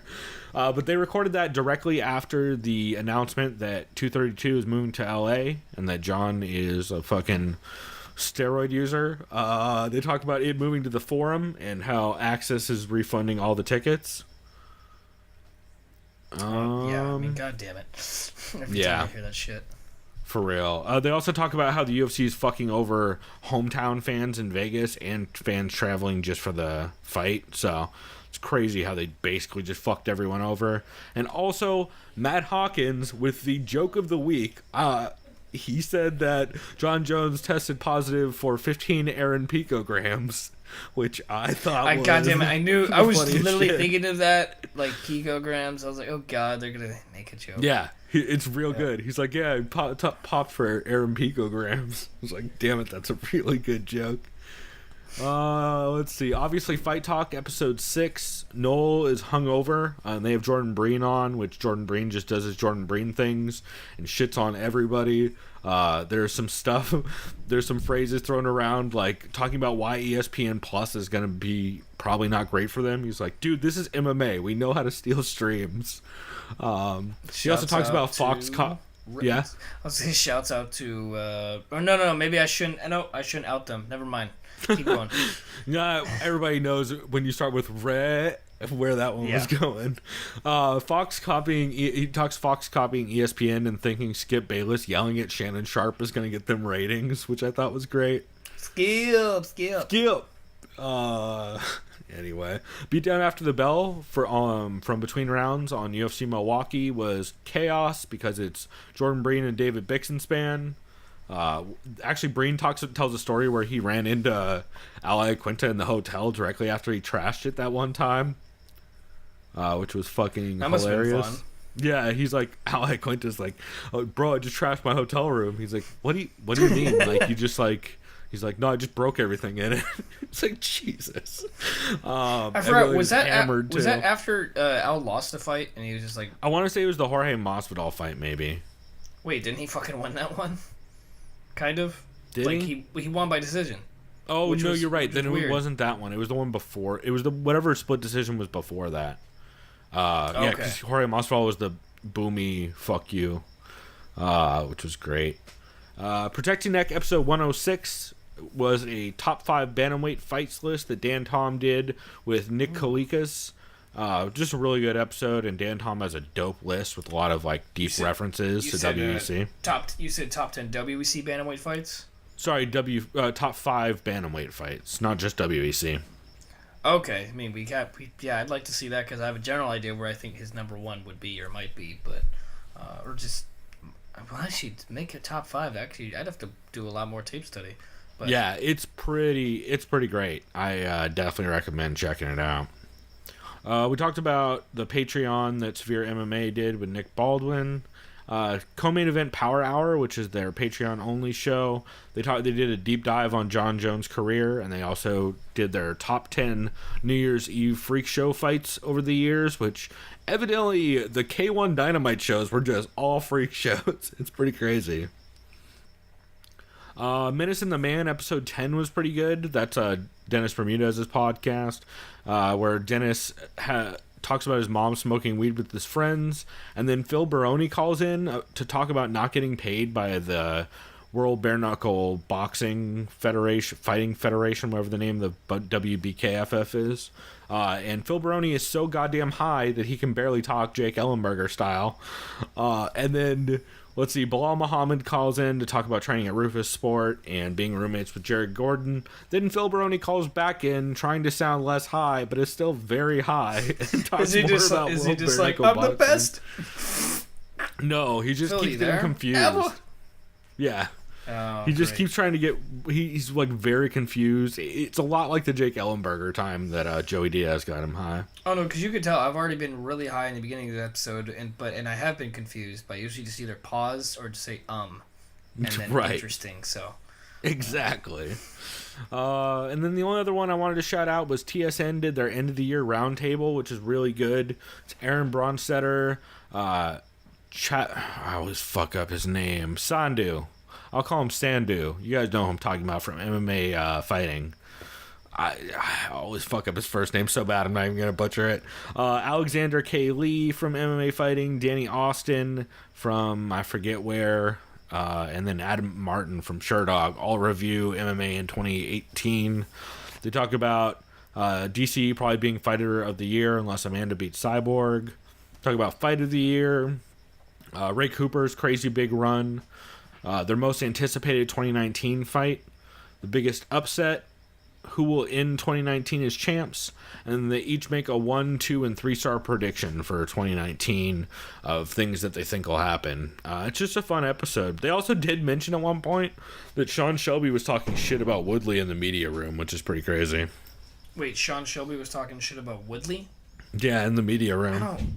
I don't get what Woodley fucking deserves, like some of the just unwarranted shit. I don't know. I mean, I'm guessing him or his manager are probably tough to deal with. But I mean, yeah. Also, Connor and his manager are tough to deal with, but that seems to go fine. So, yeah, go figure. Yeah. Oh, but that's all that I had for that. Did you have any well-rounded shows that aren't about MMA that people should check? Yeah, the one that wasn't about MMA, I did catch. Of course, I caught Billy Freckles not once, but twice. Twice being I did listen to him when he was on JRE. I like that one. Especially I know they mostly talked about the helicopter flight, but I remember I saw some of the footage on social media, and it's so funny, of course, seeing, I don't know if it's a younger audience, but they're like, oh my god, it looks just like Grand Theft Auto 5, man. No comment. But, yeah. That's hilarious. That was one of them. The regular Bill Burr podcast, of course, is always good. And what the fuck else was the other one? I listened to some other podcasts. You know what? I can't remember. I was probably too high. Understandable. Yeah. That was a good one, though, for sure. Let's see. I guess the ones I listened to mainly were... which Doug Stanhope? Episode 290 of the Doug Stanhope podcast. What happened in Vegas, where they talk about just being completely shit-faced in Vegas for a couple days when they were down there to do the shows with Richard Hunter, which was a lot of fun to hear. They also talk about how evidently Joby, Chad, and I think it was Joby, Chad, and Chaley, I want to say, were hanging out at those like fake mechanical horses, and they were just betting really loud and being obnoxious, winning like $2 on those mechanical horse racing games. Are those the ones that are like pretty inside good carnivals? Because I've seen those. They evidently had one. I think they had one at the Luxor that's similar to that. Oh. But that was hilarious, and just overall, it's a shit show of a podcast, but it's a fun one. And then speaking of shit shows of podcasts, the Film Vault did their Christmas 2018 episode, which is always fun. They do a white elephant every year, and they always all get weird, fucked up gifts, and it's just they're all drinking, and it's chaos. Or I guess probably not all drinking, since I think half of that show is sober now. But anyway, it's a fun one. And then the After Disaster, episode 468, which has Tyler White, Anderson Cowan, and not Ball Bryan, what the fuck? Mike Carano on it. And it's all about how Mike Carano learned this week it's cheaper. By the way, Mike Carano is a 50-plus-year-old man who is from San Diego. Actually grew up like a block or two from where I grew up. Great guy. He's also, I believe, the photographer for the Improv up in LA. Nice dude. But anyway, he learned this week that when you buy groceries, it's way cheaper than when you eat out every day. So he went to Trader Joe's and just don't. You don't even have to ask me that. He is probably 30 years older than me. Well, he's like at least 20, and he is just figuring that out. Yeah. So, Mike's a weird dude, but it's a fun episode. So he just keeps bragging about his shopping list at Trader Joe's and what he got for like $20. It's real goofy, but real fun. So yeah, I recommend those. They're all good. Cool, man. Yeah, a lot, like I said before, those that I have to just go back and look at our notes here, and I gotta put down which ones I need to really listen to, because a lot of those you seem to catch the better ones, or the. I listened to a lot of them this week. There's probably 10 shows I didn't even talk about that I listened to because we had a little bit more time. So, but yeah, it was a fun one for sure. Also, Dave Madden did a check-in episode 23 with Tony it's not Fagnano. It's Fignano. Fignano. It's Fignano. Okay, Probably. Thank you. I'm trying not to butcher it, but he did that episode where they talked about the John Jones situation and how weird MMA media is. So that's pretty cool. And I think that's about it. The only news I had was UFC Unfiltered website is down currently, which is fucked up. I don't know. The shows are still coming out, but their actual UFCUnfiltered.com or whatever is no longer up. So that's not a great sign for the future of that show. Oh, shit. Yeah. Will Harris did a AMA on Reddit for Anatomy of a Fighter. Thank you for reminding me. Yeah, that was a good one. I liked it. I liked what he had to say about Ali. Yeah. Pretty good.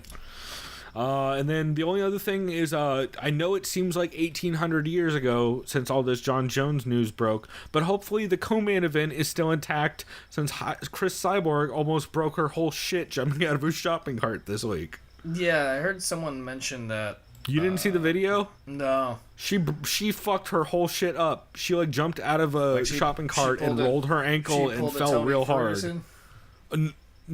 I don't know, because Tony seems less dubious than hers. You can see her fail while jumping out of a shopping cart, and it's bad. She goes down hard. So, and then she tweeted out a bunch of sad faces like a day later. So we'll see how all that goes. Oh, great! Fucking fantastic. Yeah. So if she loses, she'll be like, because I fell out of a shopping cart. What? That's a great accent. I was trying to place it, but there's too many places it's from. You know what? You know what's funny? I have both my headphones. I don't know why she sounds like GSP. Yeah. I don't know. I can't. I don't think anyone can really sound like Chris Cyborg. So that was just terrible. But yeah. Well, and if you do an impression of Chris Cyborg, it's probably not. It's probably not a ultra positive one, I would imagine. Yeah. I like Chris Cyborg though. It's gonna be fun talking about that fight as well. Yeah, that fight should be cool. So we will break down that fight card next week, but we will go on a break here real quick. When we come back, we'll talk very briefly about the Rizin card that's upcoming, which should be pretty fun, despite some weird news and some weird sketchy tweets that we've had with some people about it. So we'll get back to that here in a second. But until then, why don't you check out this clip of Eugene S. Robinson talking about how John Jones is either dirty then or dirty now.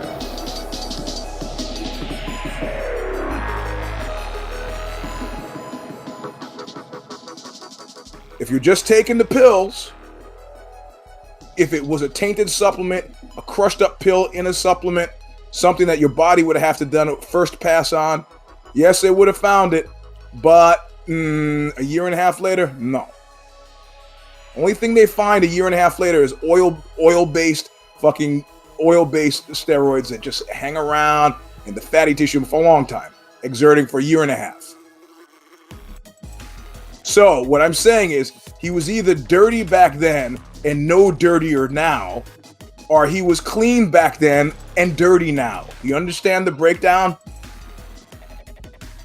If it was a supplement, a tainted supplement, there's no way it would be there now. If it wasn't a tainted supplement, it might be there now.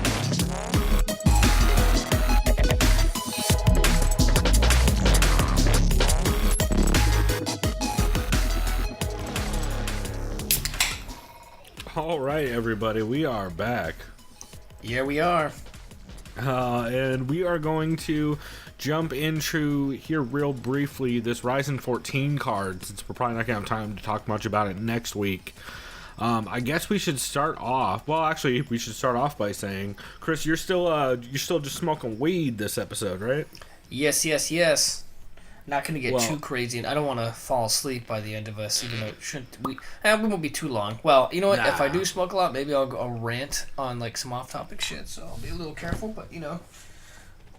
possible. Yeah. Well, so I just poured a shot of this Buffalo Trace White Dog Mash number 1 that Karen got me. Is that like a white whiskey or a Yeah, white exactly. whiskey? Exactly. A white whiskey. Essentially, it just hasn't been aged in any bourbon barrels or anything. Or I guess they're just barrels when you put bourbon in them. So here, I will take this shot here briefly. Cheers. And I will pack some greens, as the cool kids might say. Let's see. Whew, that's gonna That sounded rough, dude. Holy shit. Ugh. I kind of want to try some now, because you know how I always talk about how insane I am. I don't really react to shots. I want to see if that would fuck me up. Not in a bad way, but in a taste way. Woof. So I should have read the label, which says it's 62.5 like? proof. Wait, isn't that like fucking... How much ABV would that be? Seems like a lot. That is the ABV. Sorry, not proof. Oh, Jesus. The ABV is 62.5. It's 125 proof. Jesus Christ. Yeah, I should have read that before I took that shot. That is, it's very corny. Like, strong corn notes. Real hot on the palate. It's interesting. It has a lot of grain, which is crazy. Oh, man, that stuff's strong.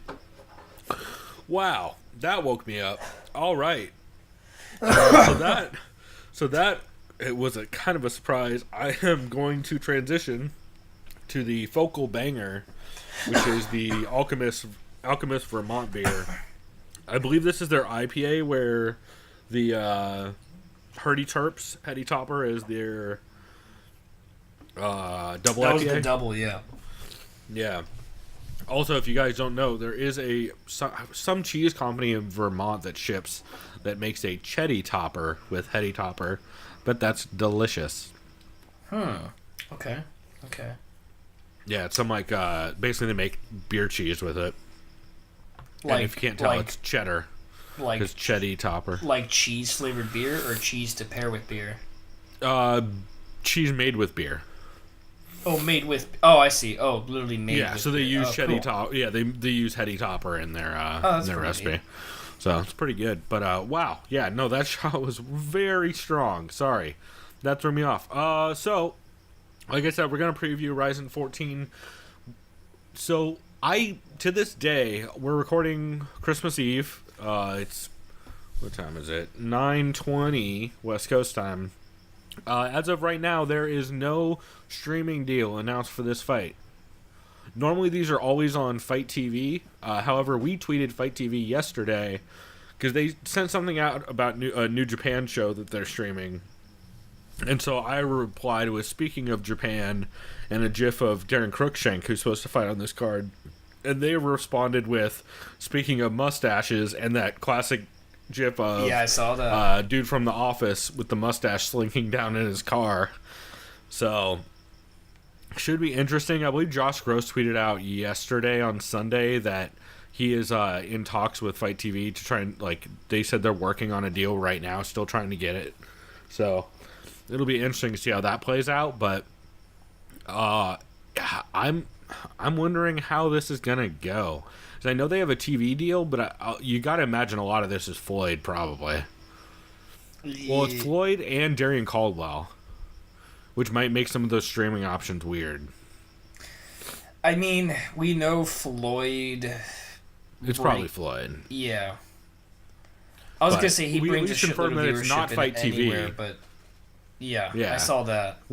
Yeah, basically Fight TV is essentially confirming it's definitely not on them, and they're trying to make it happen. It's just a matter of, whether or not they can ink out a deal with Floyd in time, since that card is, 5 days away, 6 days away, something like that. I guess it's the 31st, so it's... Oh, yeah. No, yeah. It is 31st. God, away. you can see how high I am, dude. I can't even fucking count in my head. Yeah, it's on the 31st. Hey, to be fair, my whole brain is fucked up from that White Dog. That shit is strong and tastes so it tastes like a mouthful of grain. I can imagine it's just like it almost would be like when I think of grain, I think of like Almost maybe like like a corn shitload of mash like or rice like- or like some Yeah. mashable grain, and it's just like Yeah. after you like someone goes, okay, pour a handful of rice in your mouth, like a lot of just dry rice in your mouth.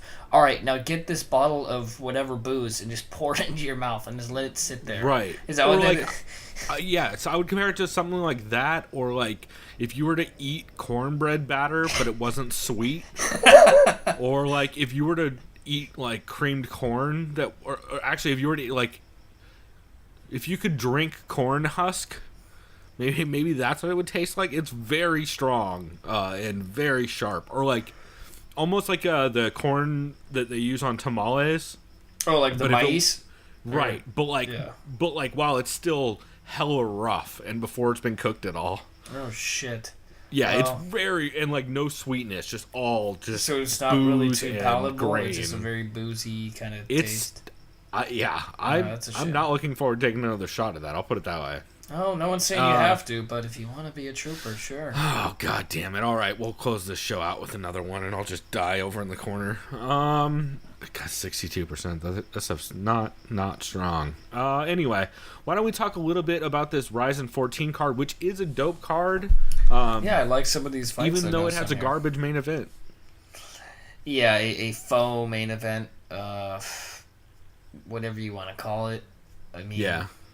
I mean, should we just talk about that now so we can talk about the other fights I don't we even about? care to talk about it. Well, let me put it this way. I only care if Tenshin decides he wants to kick Floyd Mayweather upside his damn head. That's why I want to see the fight, to see if he does that. It'd be great, and I bet he's. But he also doesn't want to get sued. Japan law, it's happening in Japan. Maybe they can file it under spectacle or spontaneous spectacle, and he'll be okay. And they'll be like, oh, I we mean, enjoyed I don't that. know how Japanese law works, but I can't imagine suing somebody over something like that. Is like, it's not like Floyd Mayweather's doing this shit in Vegas where he has the commission over a barrel. And Americans love to sue each other, so yeah. True. You're right. Japanese give way less of a fuck. So some fights that I saw that were dope on here. There's been a couple changes to the card. I bet you there'll probably be a couple more before this is all said and done. But Yuka Sasaki is fighting Manel Cape, which Manel Cape is the guy I remember who he beat Ian McCall, right? well, kind of. Kind The of, rope like, the beat rope him cut McCall. him, Yeah. But he also had a scrappy fight with Horiguchi before getting stopped, if I remember right, in that same tournament. Oh, yep, I remember that. Yeah, Horiguchi's So that like should a be- fucking machine since he came over to Japan, right? I can't remember if he started there and then went to UFC. Yeah, absolutely. Horiguchi's been dominating ever since he made the move over after the that armbar loss to DJ. I believe it was armbar. Yeah, man, this should be a fun fight, mostly because Yuka Sasaki's size and Manel Cape's like relying on his athleticism all the time could make this really weird. So I think a lot of this comes down to whether or not Cape can get on the inside and just throw fucking heaters. Because I think in grappling exchanges, Manel Cape is fucked in this fight. Yeah, I mean, dude, if this is Okasaki's that very flyweight, long and right? slick. Because like Okasaki always have those extremely long limbs and reach advantage. It's a Generally, catch he weight seems of like 59. Yeah, it's a catch weight of 59 kilograms, which is at 130. It looks like. Okay. So at 130, yeah, he gets cut even less. So Yeah. it should be interesting. I don't know which way I'm leaning on that one. It kind of depends on what version of both dudes shows up. But it'll be a big statement for Manel Cape if he can get that win. Yeah, definitely would. That should be cool. Another one that should be pretty fun. Johnny Case is fighting over there against Yusuke Yachi. I don't know much about Yusuke, except I believe I've seen him fight before. This is the problem. I should not have pulled up the... I should definitely pull up the Tapology version of this and not the Wikipedia version. Rizin 14. Right. He fought Gustavo, right? Yes. Rizin 12 and Diego Nunez before that. And then before that, he had the win over Takanori Gomi. And the win over Cruikshank, too. That's right. He was the dude who killed Cruikshank with the right hook. Yeah, that was him. Yeah, so that should be a fun fight. Johnny Case has been looking pretty good from what I remember. Even though I believe he exited the UFC. Right, when he lost to Anthony Rocco Martin. I recognize that dude's name. And what'd you say? Anthony Rocco Martin's life? Was that what we had called him? Oh yeah, Anthony Rocco's Martin life. Yeah. I forget who else made that joke. Somebody else made that joke a day or two later. Oh yeah, we both texted each other or something like that. You mentioned it to me. Yeah. That was funny. And then he's been fighting around. He had that draw in PFL, which is always fucking rough. So it'll be interesting to see what he looks like coming in against a dude who's looked pretty goddamn good. And I always like Johnny Casey. He comes to fucking fight, so I think that'll be a fun one for sure. The Miyu Yamamoto is fighting on this card. That's about all I'm going to say about that, but that'll be kind of cool. Damian Brown versus Darren Cruikshank, though, is a fucking dope fight. Yeah, that's a sick fight. Does Cruikshank still rock like those American flag short stuff, like the Don Fry style? 100%, and his giant-ass mustache. Yep, gotta do it. 100%. Here, you want to break that one down? You got Topology up, right? Yeah. So, Darren Cruikshank is going up against Damian Brown. Darren Cruikshank is an American fighter. You've probably known him for being a UFC veteran for a time. He actually, now I remember, was on that terrible season of Tough when it was live. He was also in that season, if I remember correctly. Yeah, he was. Ever since leaving the UFC in which year? Looks like 2016 or January 2016. Yeah, crazy it's been that long. Yeah. His last loss in the UFC was to Paul Felder. Okay, and he lost before that. Oh, that's right. He'd been choked out. RMC win over Andy Sauer. I forgot that fight even happened. Oh yeah. God, dude, whenever I think of someone getting rear naked in Japan, I just think of that. Hi, Japan, and then the guy fucking. Oh yeah. I forgot who the fuck that was, and he's like, "Oops!" Just gets rear naked, lets his guard too. down. I want to say it was against Aoki, but I might be wrong.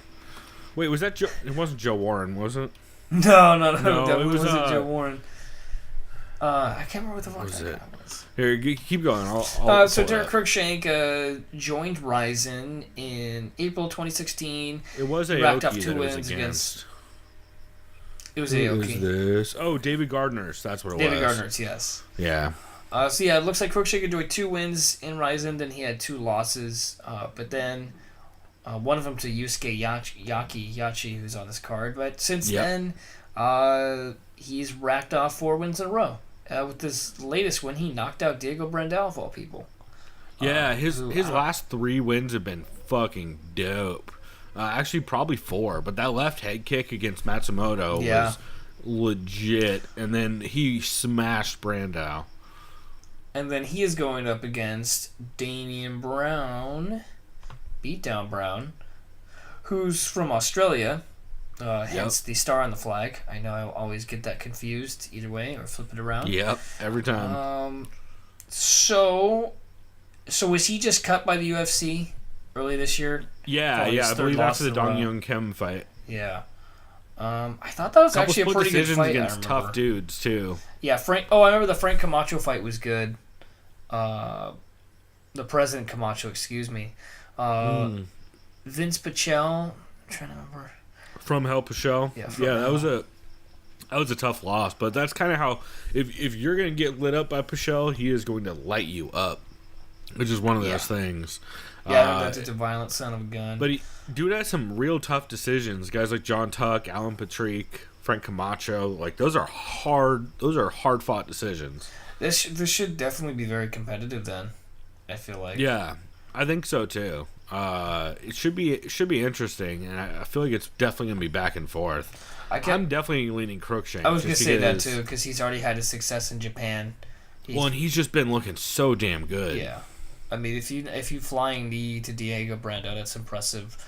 Even though Brandao, that it's exactly. Even though it's not really him, his prime self, but guy's still probably very violent and very explosive. For sure. So.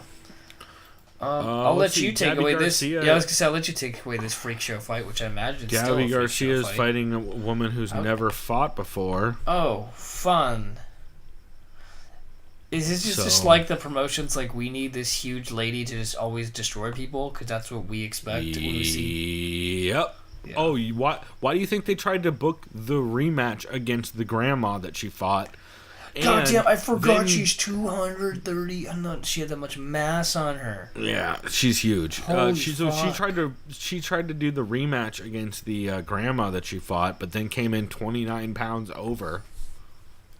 Wait, the grandma did? For No, Gabby. Gabby Garcia I was came in saying, 'cause I 29 was just pounds saying, over, grandma and she can was do that. already outweighed her by like 100 anyway. So that was the one Did where she they go made to her Did she get- go to jail for fucking second-degree murder? No, but they publicly shamed her by making her stand in the ring and Oh no, I apologize remember to this. everybody. Oh god, that was so bad. That Yeah. was so bad. I remember that she was like crying. Holy shit. Oh man, Yeah. you reminded me. I remember you showed me that. Yeah, so Oh, her record God. before that, she just recently got an RNC win over Fatina in Road FC, which is the South Korean organization I'm actually a big fan of. I really like the road cards; they're cool.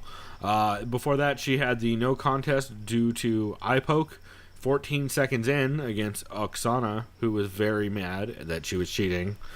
Megumi before that, not the Megumi you're thinking of, Megumi Yabushita, was the no contest in shoot boxing girls S Cup, where Gabby Garcia straight up soccer kicked a girl.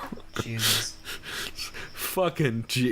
Oh my god, these fights are such chaos. Like, she's technically 5-1, 5-2.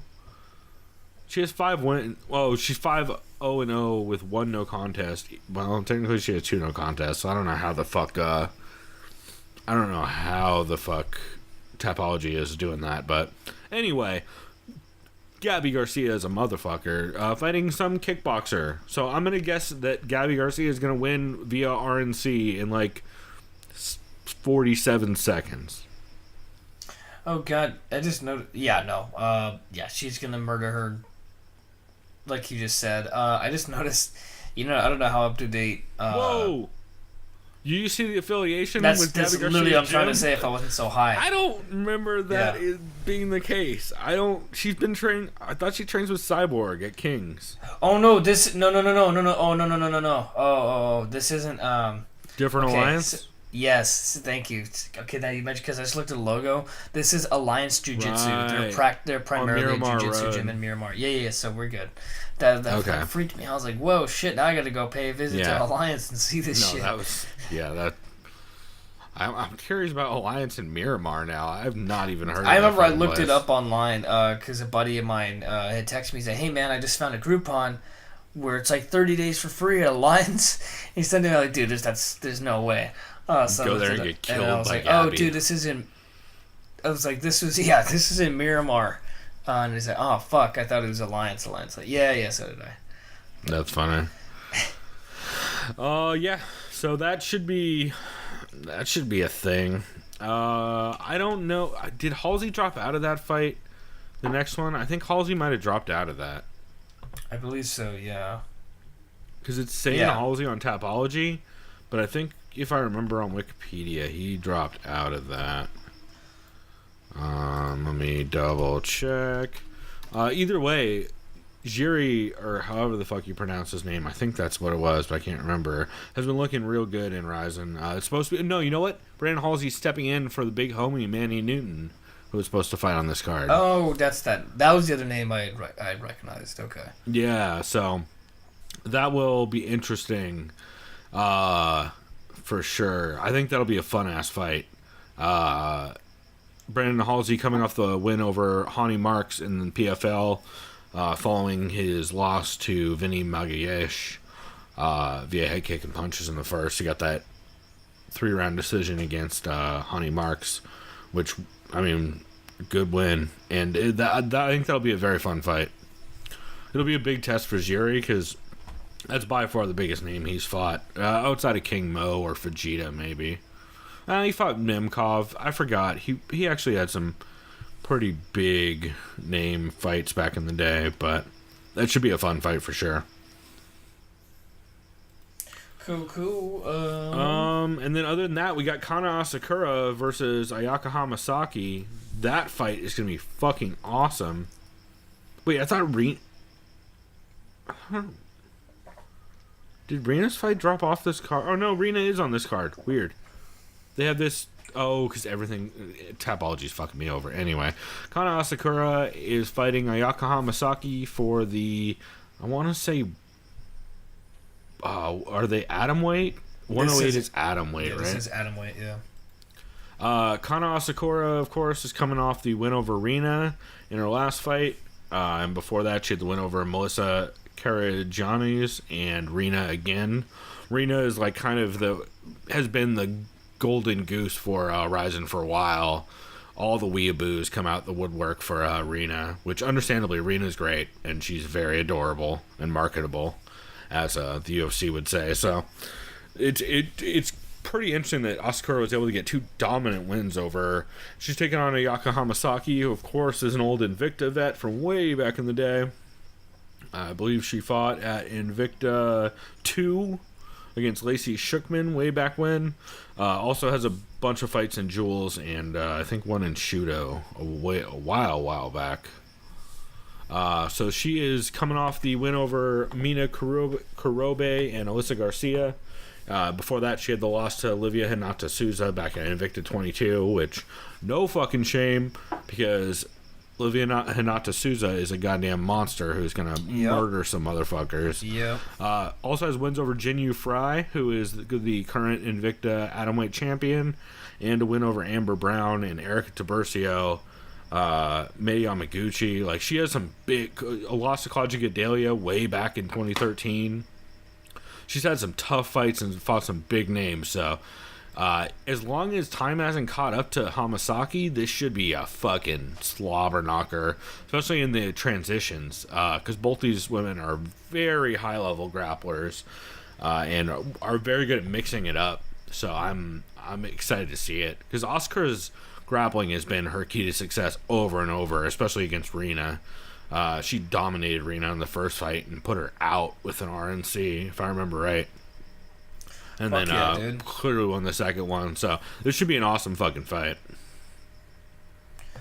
Yeah. I mean, I'm definitely gonna tune into this because I want to see mostly some of the fights I mentioned earlier, like Cruikshank, and to see Johnny Case again fight against that one badass motherfucker Yachi. I definitely want to see the Freak Show fight just because of Nasukawa, but yeah, this should be fun one to add to as well when I tune in. For sure. And then real quick, Rina, who we just talked about, is fighting someone named Samantha Jean Francois. I saw that. Yeah. Or Francois, probably. I don't know who this person she's fighting from France is. Oh, actually. So I was about to make some not nice jokes about French wrestling, and I probably still will. But I did see that Francois has fought Weili Zhang way back in the day in Kunlun. Lost via punches. Weili Zhang has been looking dope in her last couple fights. So yeah, I mean, this is definitely some Rizin ass booking where they're trying to get Reno another win so they can give her a third fight against Kana. Because I think they're just going to keep running that back every other fight until Reno wins. Or until Reno dies. Shouts to all of their heroes who they try and kill every year. And then the most fun fight on the card for sure, and the one I'm most looking forward to, Kyoji Horiguchi versus Terran Caldwell. So dope. Yeah, this could be fucking great. Yeah, you want to break this one down? Yeah, so Kyoji Horiguchi, last time we saw him, maybe last time you saw him if you don't watch Rizin, was when he lost to Demetrius Mighty Oh, no, excuse me, that wasn't last time. See how disrespectful I was? I even almost forgot what his last fight was. Shame on me. His last fight UFC, I forgot he had a couple after that. Yeah, he actually ended his UFC contract with a 3-win fight streak, most notably against Ali Bagatinov in the unanimous decision style. Most people probably just remember his loss to Mitch Johnson, which was 3.5 years ago. Yeah, that was that little last-second armbar. Yeah, 1 second to go, a walk-off win. That's crazy. And then since he has gone to Rizin, which he debuted in April of 2017, last year, he has, how many finishes? 1, 2, 3, 4, 5 finishes. Yeah, with 5 finishes a couple out of of fights what, for some 8 hooks. fights? Yeah. Oh yeah, he won the Rizin World Grand Prix 2017. Yep. Yep. Oh yeah, he beat Damn near Manel killed Ian McCall. Yeah, damn near. Yeah. I didn't. I heard that he destroyed him, but I didn't know how. He smashed him with a left hook. It was an 9 exchange seconds. where Holy shit. he hit a pull. I want to say he hit a pull left hook and just crushed Ian right on the jaw. It was nasty. And he's just been bodying motherfuckers. That Ishiwatari fight, he had a nasty right hook in the second. He hit that head and arm choke on Manel Cape in a fight he was already winning.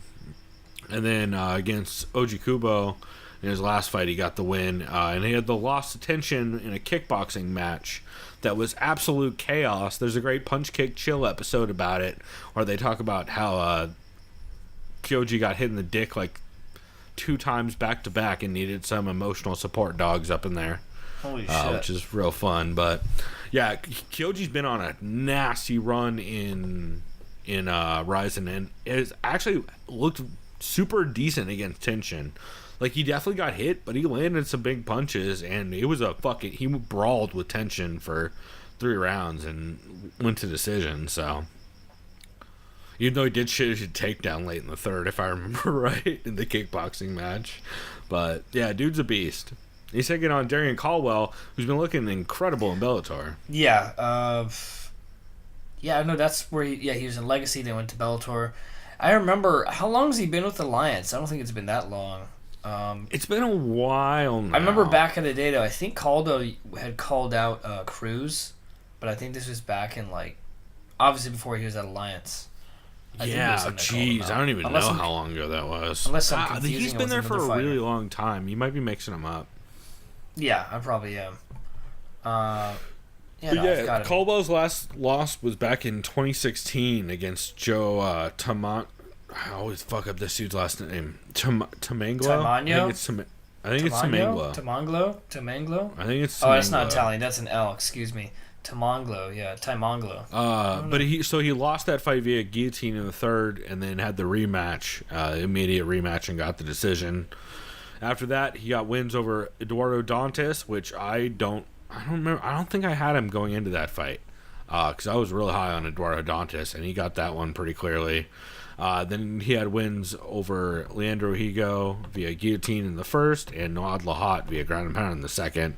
Just looked dominant as hell. Also, before that, he had that nasty win over Joe Warren via RNC. That's right. And Sean Bunch via RNC. So, dude's been beasting. This is one of the best 135 fights, or I guess 130, 135, 134, something like that. Whatever weird kilogram weight. But this should be a fucking blast.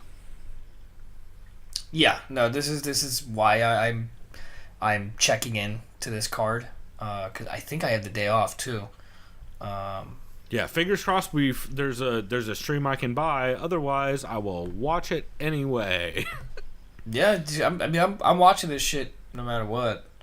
Yeah, because I'm sure somebody will find it. But I'd like to buy it on Fight TV. Fight TV would like me to buy it on Fight TV, but we will see. But just because, that fight is too good to miss. Yeah, what are the odds? That's a Nasukawa good does question. Okay, let me pull up best fight odds here. See if they have any Rizin lines. Nope. The only line for Rizin is the fight that I don't even think is necessarily happening. Where, what the fuck? Floyd Mayweather is only a minus 340 favorite to a plus 260 tension. What does this mean, too, by the way, if tension does win and he looks good in it? Like, even though it's if he head kicks Floyd? No, like... Because that's the only way he's going to win. No, he's not going to win via boxing. No, I know. I'm saying if he looks like, okay, well, he'll probably look better than fucking Conor, right? I would imagine. Yeah, 100%. Yeah. Yeah, but then again, isn't it 3-minute rounds? Yeah. Like, fuck. Why? I'd rather be 10 rounds. I don't know. If you're just gonna do a boxing match, but what will be fun if they do end up doing this fight, which I'm still not convinced that this is actually happening. it will be fun to see Tension throw fucking 10-piece combos the entire fight for 3 rounds while Floyd just uses head movement. Like, that is going to be real crazy to watch. That is good. That is going to be anybody fun to who watch. watched the Tension versus what's his face, Horiguchi fight, saw like Tension at a certain point in that fight just decided fuck it and just was throwing like 8-piece combos and shit.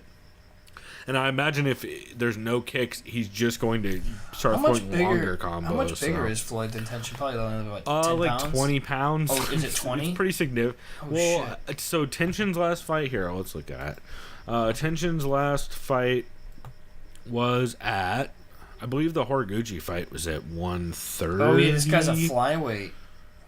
So he cuts to 125. I know Floyd, when he boxed, would cut to about 147. No, so the Horiguchi fight was at 127. Basically 128. Okay. So, yeah, Floyd's like 20 pounds heavier. Yeah, holy shit, this dude's only 20 years old. Yeah, God, that frightens me when I see it. Born in 1998. Like, oh my God. I know, right? You're like, good God, that's... Yeah. You feel old yet? It's like, what was I doing when I was 20? For real. Fucking nothing productive. I know what I was doing. I was drinking with your roommate, who, by the way, is going to be on the show next week. He sure is. I'm really looking forward to that one. And for those who are expecting someone to not have insight, he will. Because he's been doing some good old tape study. That's right. What he has to say. So the way we're going to do this, I guess we should get into these announcements. We probably should have done them off the top, but I'm bad at all this. So we are going to be, for episode 100, this is for all you hardcore listeners, a.k.a. Judo Bill. We are going to be, next week, doing a live stream, hopefully, on YouTube. Where we're going to be doing video of the 3 of us smash into my couch drinking very heavy bourbon barrel-aged stouts and breaking down. We're going to be doing a normal episode, so we'll have our regular podcast segment about the catch, skip, can't miss episodes. Also, we have some homework for Trevor, so we'll be able to get like a fresh set of ears on a lot of those shows and get a fresh opinion on them, which will be cool. And then Trevor's going to sit in and break down our picks for the UFC 232 card, assuming it's still happening by then. Yeah. God damn it. Assuming Chris Cyborg didn't break her whole shit and John Bones Jones doesn't, like, I don't know, light hookers on fire or something. Yeah, that. And by the way, I remember you mentioned to me, in that clip that you saw of Cyborg eating shit, was that on an embedded? Because I didn't see it on embedded. I'm going to send it to you right now. Nope, it was Zombie Prophet leaked it on Twitter. I'm going to send that to you over Skype. In the meantime, while you watch this, I am going to talk about how goddamn good Focal Banger from the Alchemist Brewing in Vermont is, because this beer is so much better than the other one. God damn it. Chris Cyborg. Zombie Prophet. Where is the... Here we go. Oh God, this has an ad on it. Let me make sure it's the right thing. I should have just pulled up his fucking Twitter. This would have been easier. Is this all screenshots? Did they really put a fucking YouTube video up of all just screenshots? Well, who the fuck would do such a thing? Oh God, so that's all it is then? No, here, let me go straight to Zombie Prophet's fucking Twitter. Oh, it's the pinned one at the top. Here. Here is the link that I am sending you. So, Focal Banger is 100 times more delicious than Herdy Terps. I don't know why everybody likes Heady Topper better. Maybe because it's a double IPA, and I bet you it's probably the best You said the other one's called the Herdy Terps? Heady Topper. No. I call it Herdy. Oh, no. No, What's I call the it one Herdy. that you're comparing to now? Focal Banger. Oh, that's the name. So, okay. Yeah. Focal So Banger. I call Heady Topper Herdy Terps because of the Four Brewers show. That's right. Which is hilarious, and they do a lot of calling Heady Topper Herdy Terps or calling this one. So on Beer Advocate, I don't know if you ever use Beer Advocate. I do a lot when I kind of want to get. I mostly use notes. Untapped for rankings now, but yeah, I still fucks with it. They'd rated Heady Topper a 4.7 out of 5, which is world class. It's like as high as you can get. And it's pretty close, yeah. Focal Banger 4.58. So See, I think it's a much better beer. Maybe it's just because I don't like double IPAs as much. And it is very good for a, like, it's very good for a double IPA, and I bet especially for that region. However, oh wow, Citra and Mosaic. Focal Banger is delicious. Anyway, you should check out that video I just sent you, and you can walk us through the 44 seconds. So this was Chris Cyborg doing I'm gonna have to put it on mute old. so I don't deafen myself. Yeah, this maybe I is should Chris put it on Cyborg low doing. volume. We'll figure something out. Yeah, this is Chris Cyborg doing I see it right the now. I'm listening now too. Drake's "In My Feelings" challenge. Wait, there's a new challenge. Oh my god! Wait, let me rewind that. Yeah, she eats. I think they replay it in slow mo. Yeah. Watch her ankle. That's the worst part. She rolls the shit out of her ankle when jumping out of that cart. Yeah, let me see. Okay, she's jumping in slow mo now. Oh fuck! Yeah, her right ankle. And then she tweeted out a picture, a tweet not that long after that with, like, I think 3 sad faces on it. And no one's heard anything since. So I wonder if that is part of why this card is moving as well. I can't. I don't want to read comments on YouTube. Oh yeah, don't do that. Yeah. Oh god, of course. Shopping cart by TKO round 1. That's pretty good. That's kind of funny. Someone said he'll be fine. Like, come on. Yeah. Oh, I didn't know Jackson Link still had a. Oh yeah. Oh, John Jones commented that. Oh, I see. That checks out. Yeah, all these look like John Jones fans commenting. Yeah. No, that definitely checks out. Yeah. Does UFC have a belt big enough to go around the shopping cart? All right, that's a pretty good joke. Yeah. Yeah, man. But anyway, that's why I'm nervous about next week. So we are not giving our picks for that card until then. But oh boy. Yeah. Oh man, should be interesting. It's worrying. It's worrying. Yeah. Yeah. Fuck. 100%. But like we said, we're gonna be live next week on YouTube. Hell yeah, we are. We'll tweet out when. I'm guessing it'll probably be like towards 7, between 7 and 8, somewhere in there. Probably closer to 8 o'clock next week. And then hopefully that goes well, and we don't say G6's real name a bunch of times. That's one thing I'm very worried about. But we might. Trevor's definitely gonna say his name a lot. I know he will. That's what I'm worried about. Especially when I start making fun of him for playing bongos on the show this week. Yeah, and then some song, was it him singing? Yeah, he was doing songs. Yeah. Trevor definitely. By the way, had he knows it's been quieter. He's not background. here right now, so. Oh, I figured they went to Blarney already. But they must have. Yeah, that's the only thing. I mean, yeah. Yeah. Shout out to the Blarney Stone if you're ever in Claremont. Go there and try to survive. Because I'm telling you right now, they drink hard down there. Yeah, if someone like me has been kicked out, I drank way too much. And for real. I'm not someone who usually gets kicked out. No, I know. I'm not either. Although I've been kicked you're out not either. twice. Yeah. But normally it's like, 1:30 is when I get kicked out. When they're like, all right, bro, we can't. By the way, aren't they changing the law to match the East Coast now? Where the bars will close at 4? Ooh, I hope so. Although I don't need that kind of strife in my life. That'd be bad for me. Well, not really. I guess I don't stay that late at bars. Yeah, actually, what the fuck am I talking about? No, I'd go to sleep. Anyways, so yeah, we will be doing that live. That's right. We'll be doing that live. We also have a bunch of new imaging coming for the show, which will debut for episode 100 as well. I redid some logos and all that stuff, so that'll be coming. And then hopefully here in the next couple weeks, we might have a new intro for the show.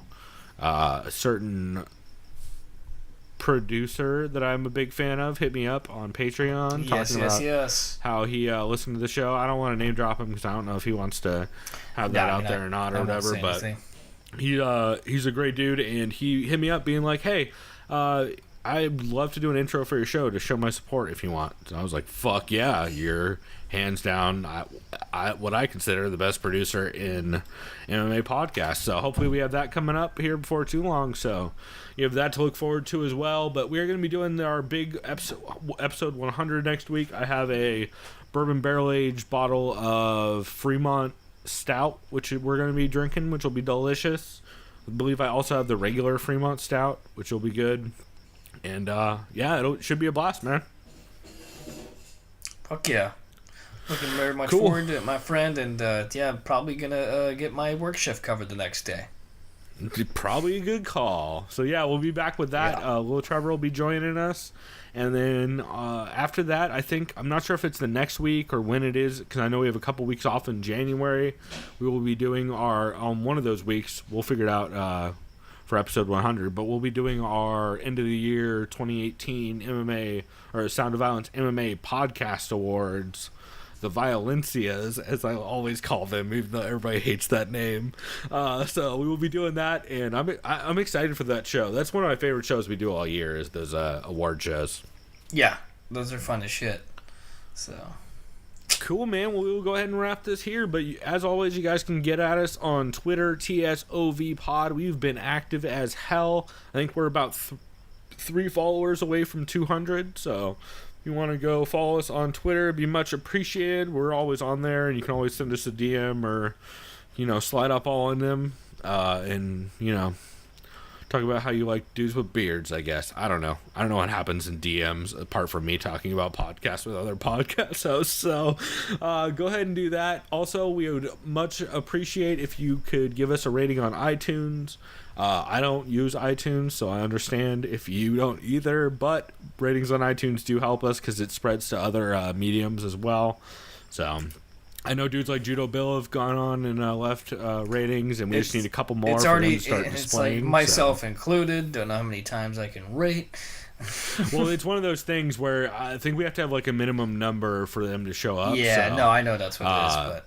So, yeah, if you guys could do that, that'd be a big help. And until next time, everybody. Chris, is there anything else you wanted to shout out? Yeah, but I will do it live. Pretty big announcement. So sweet.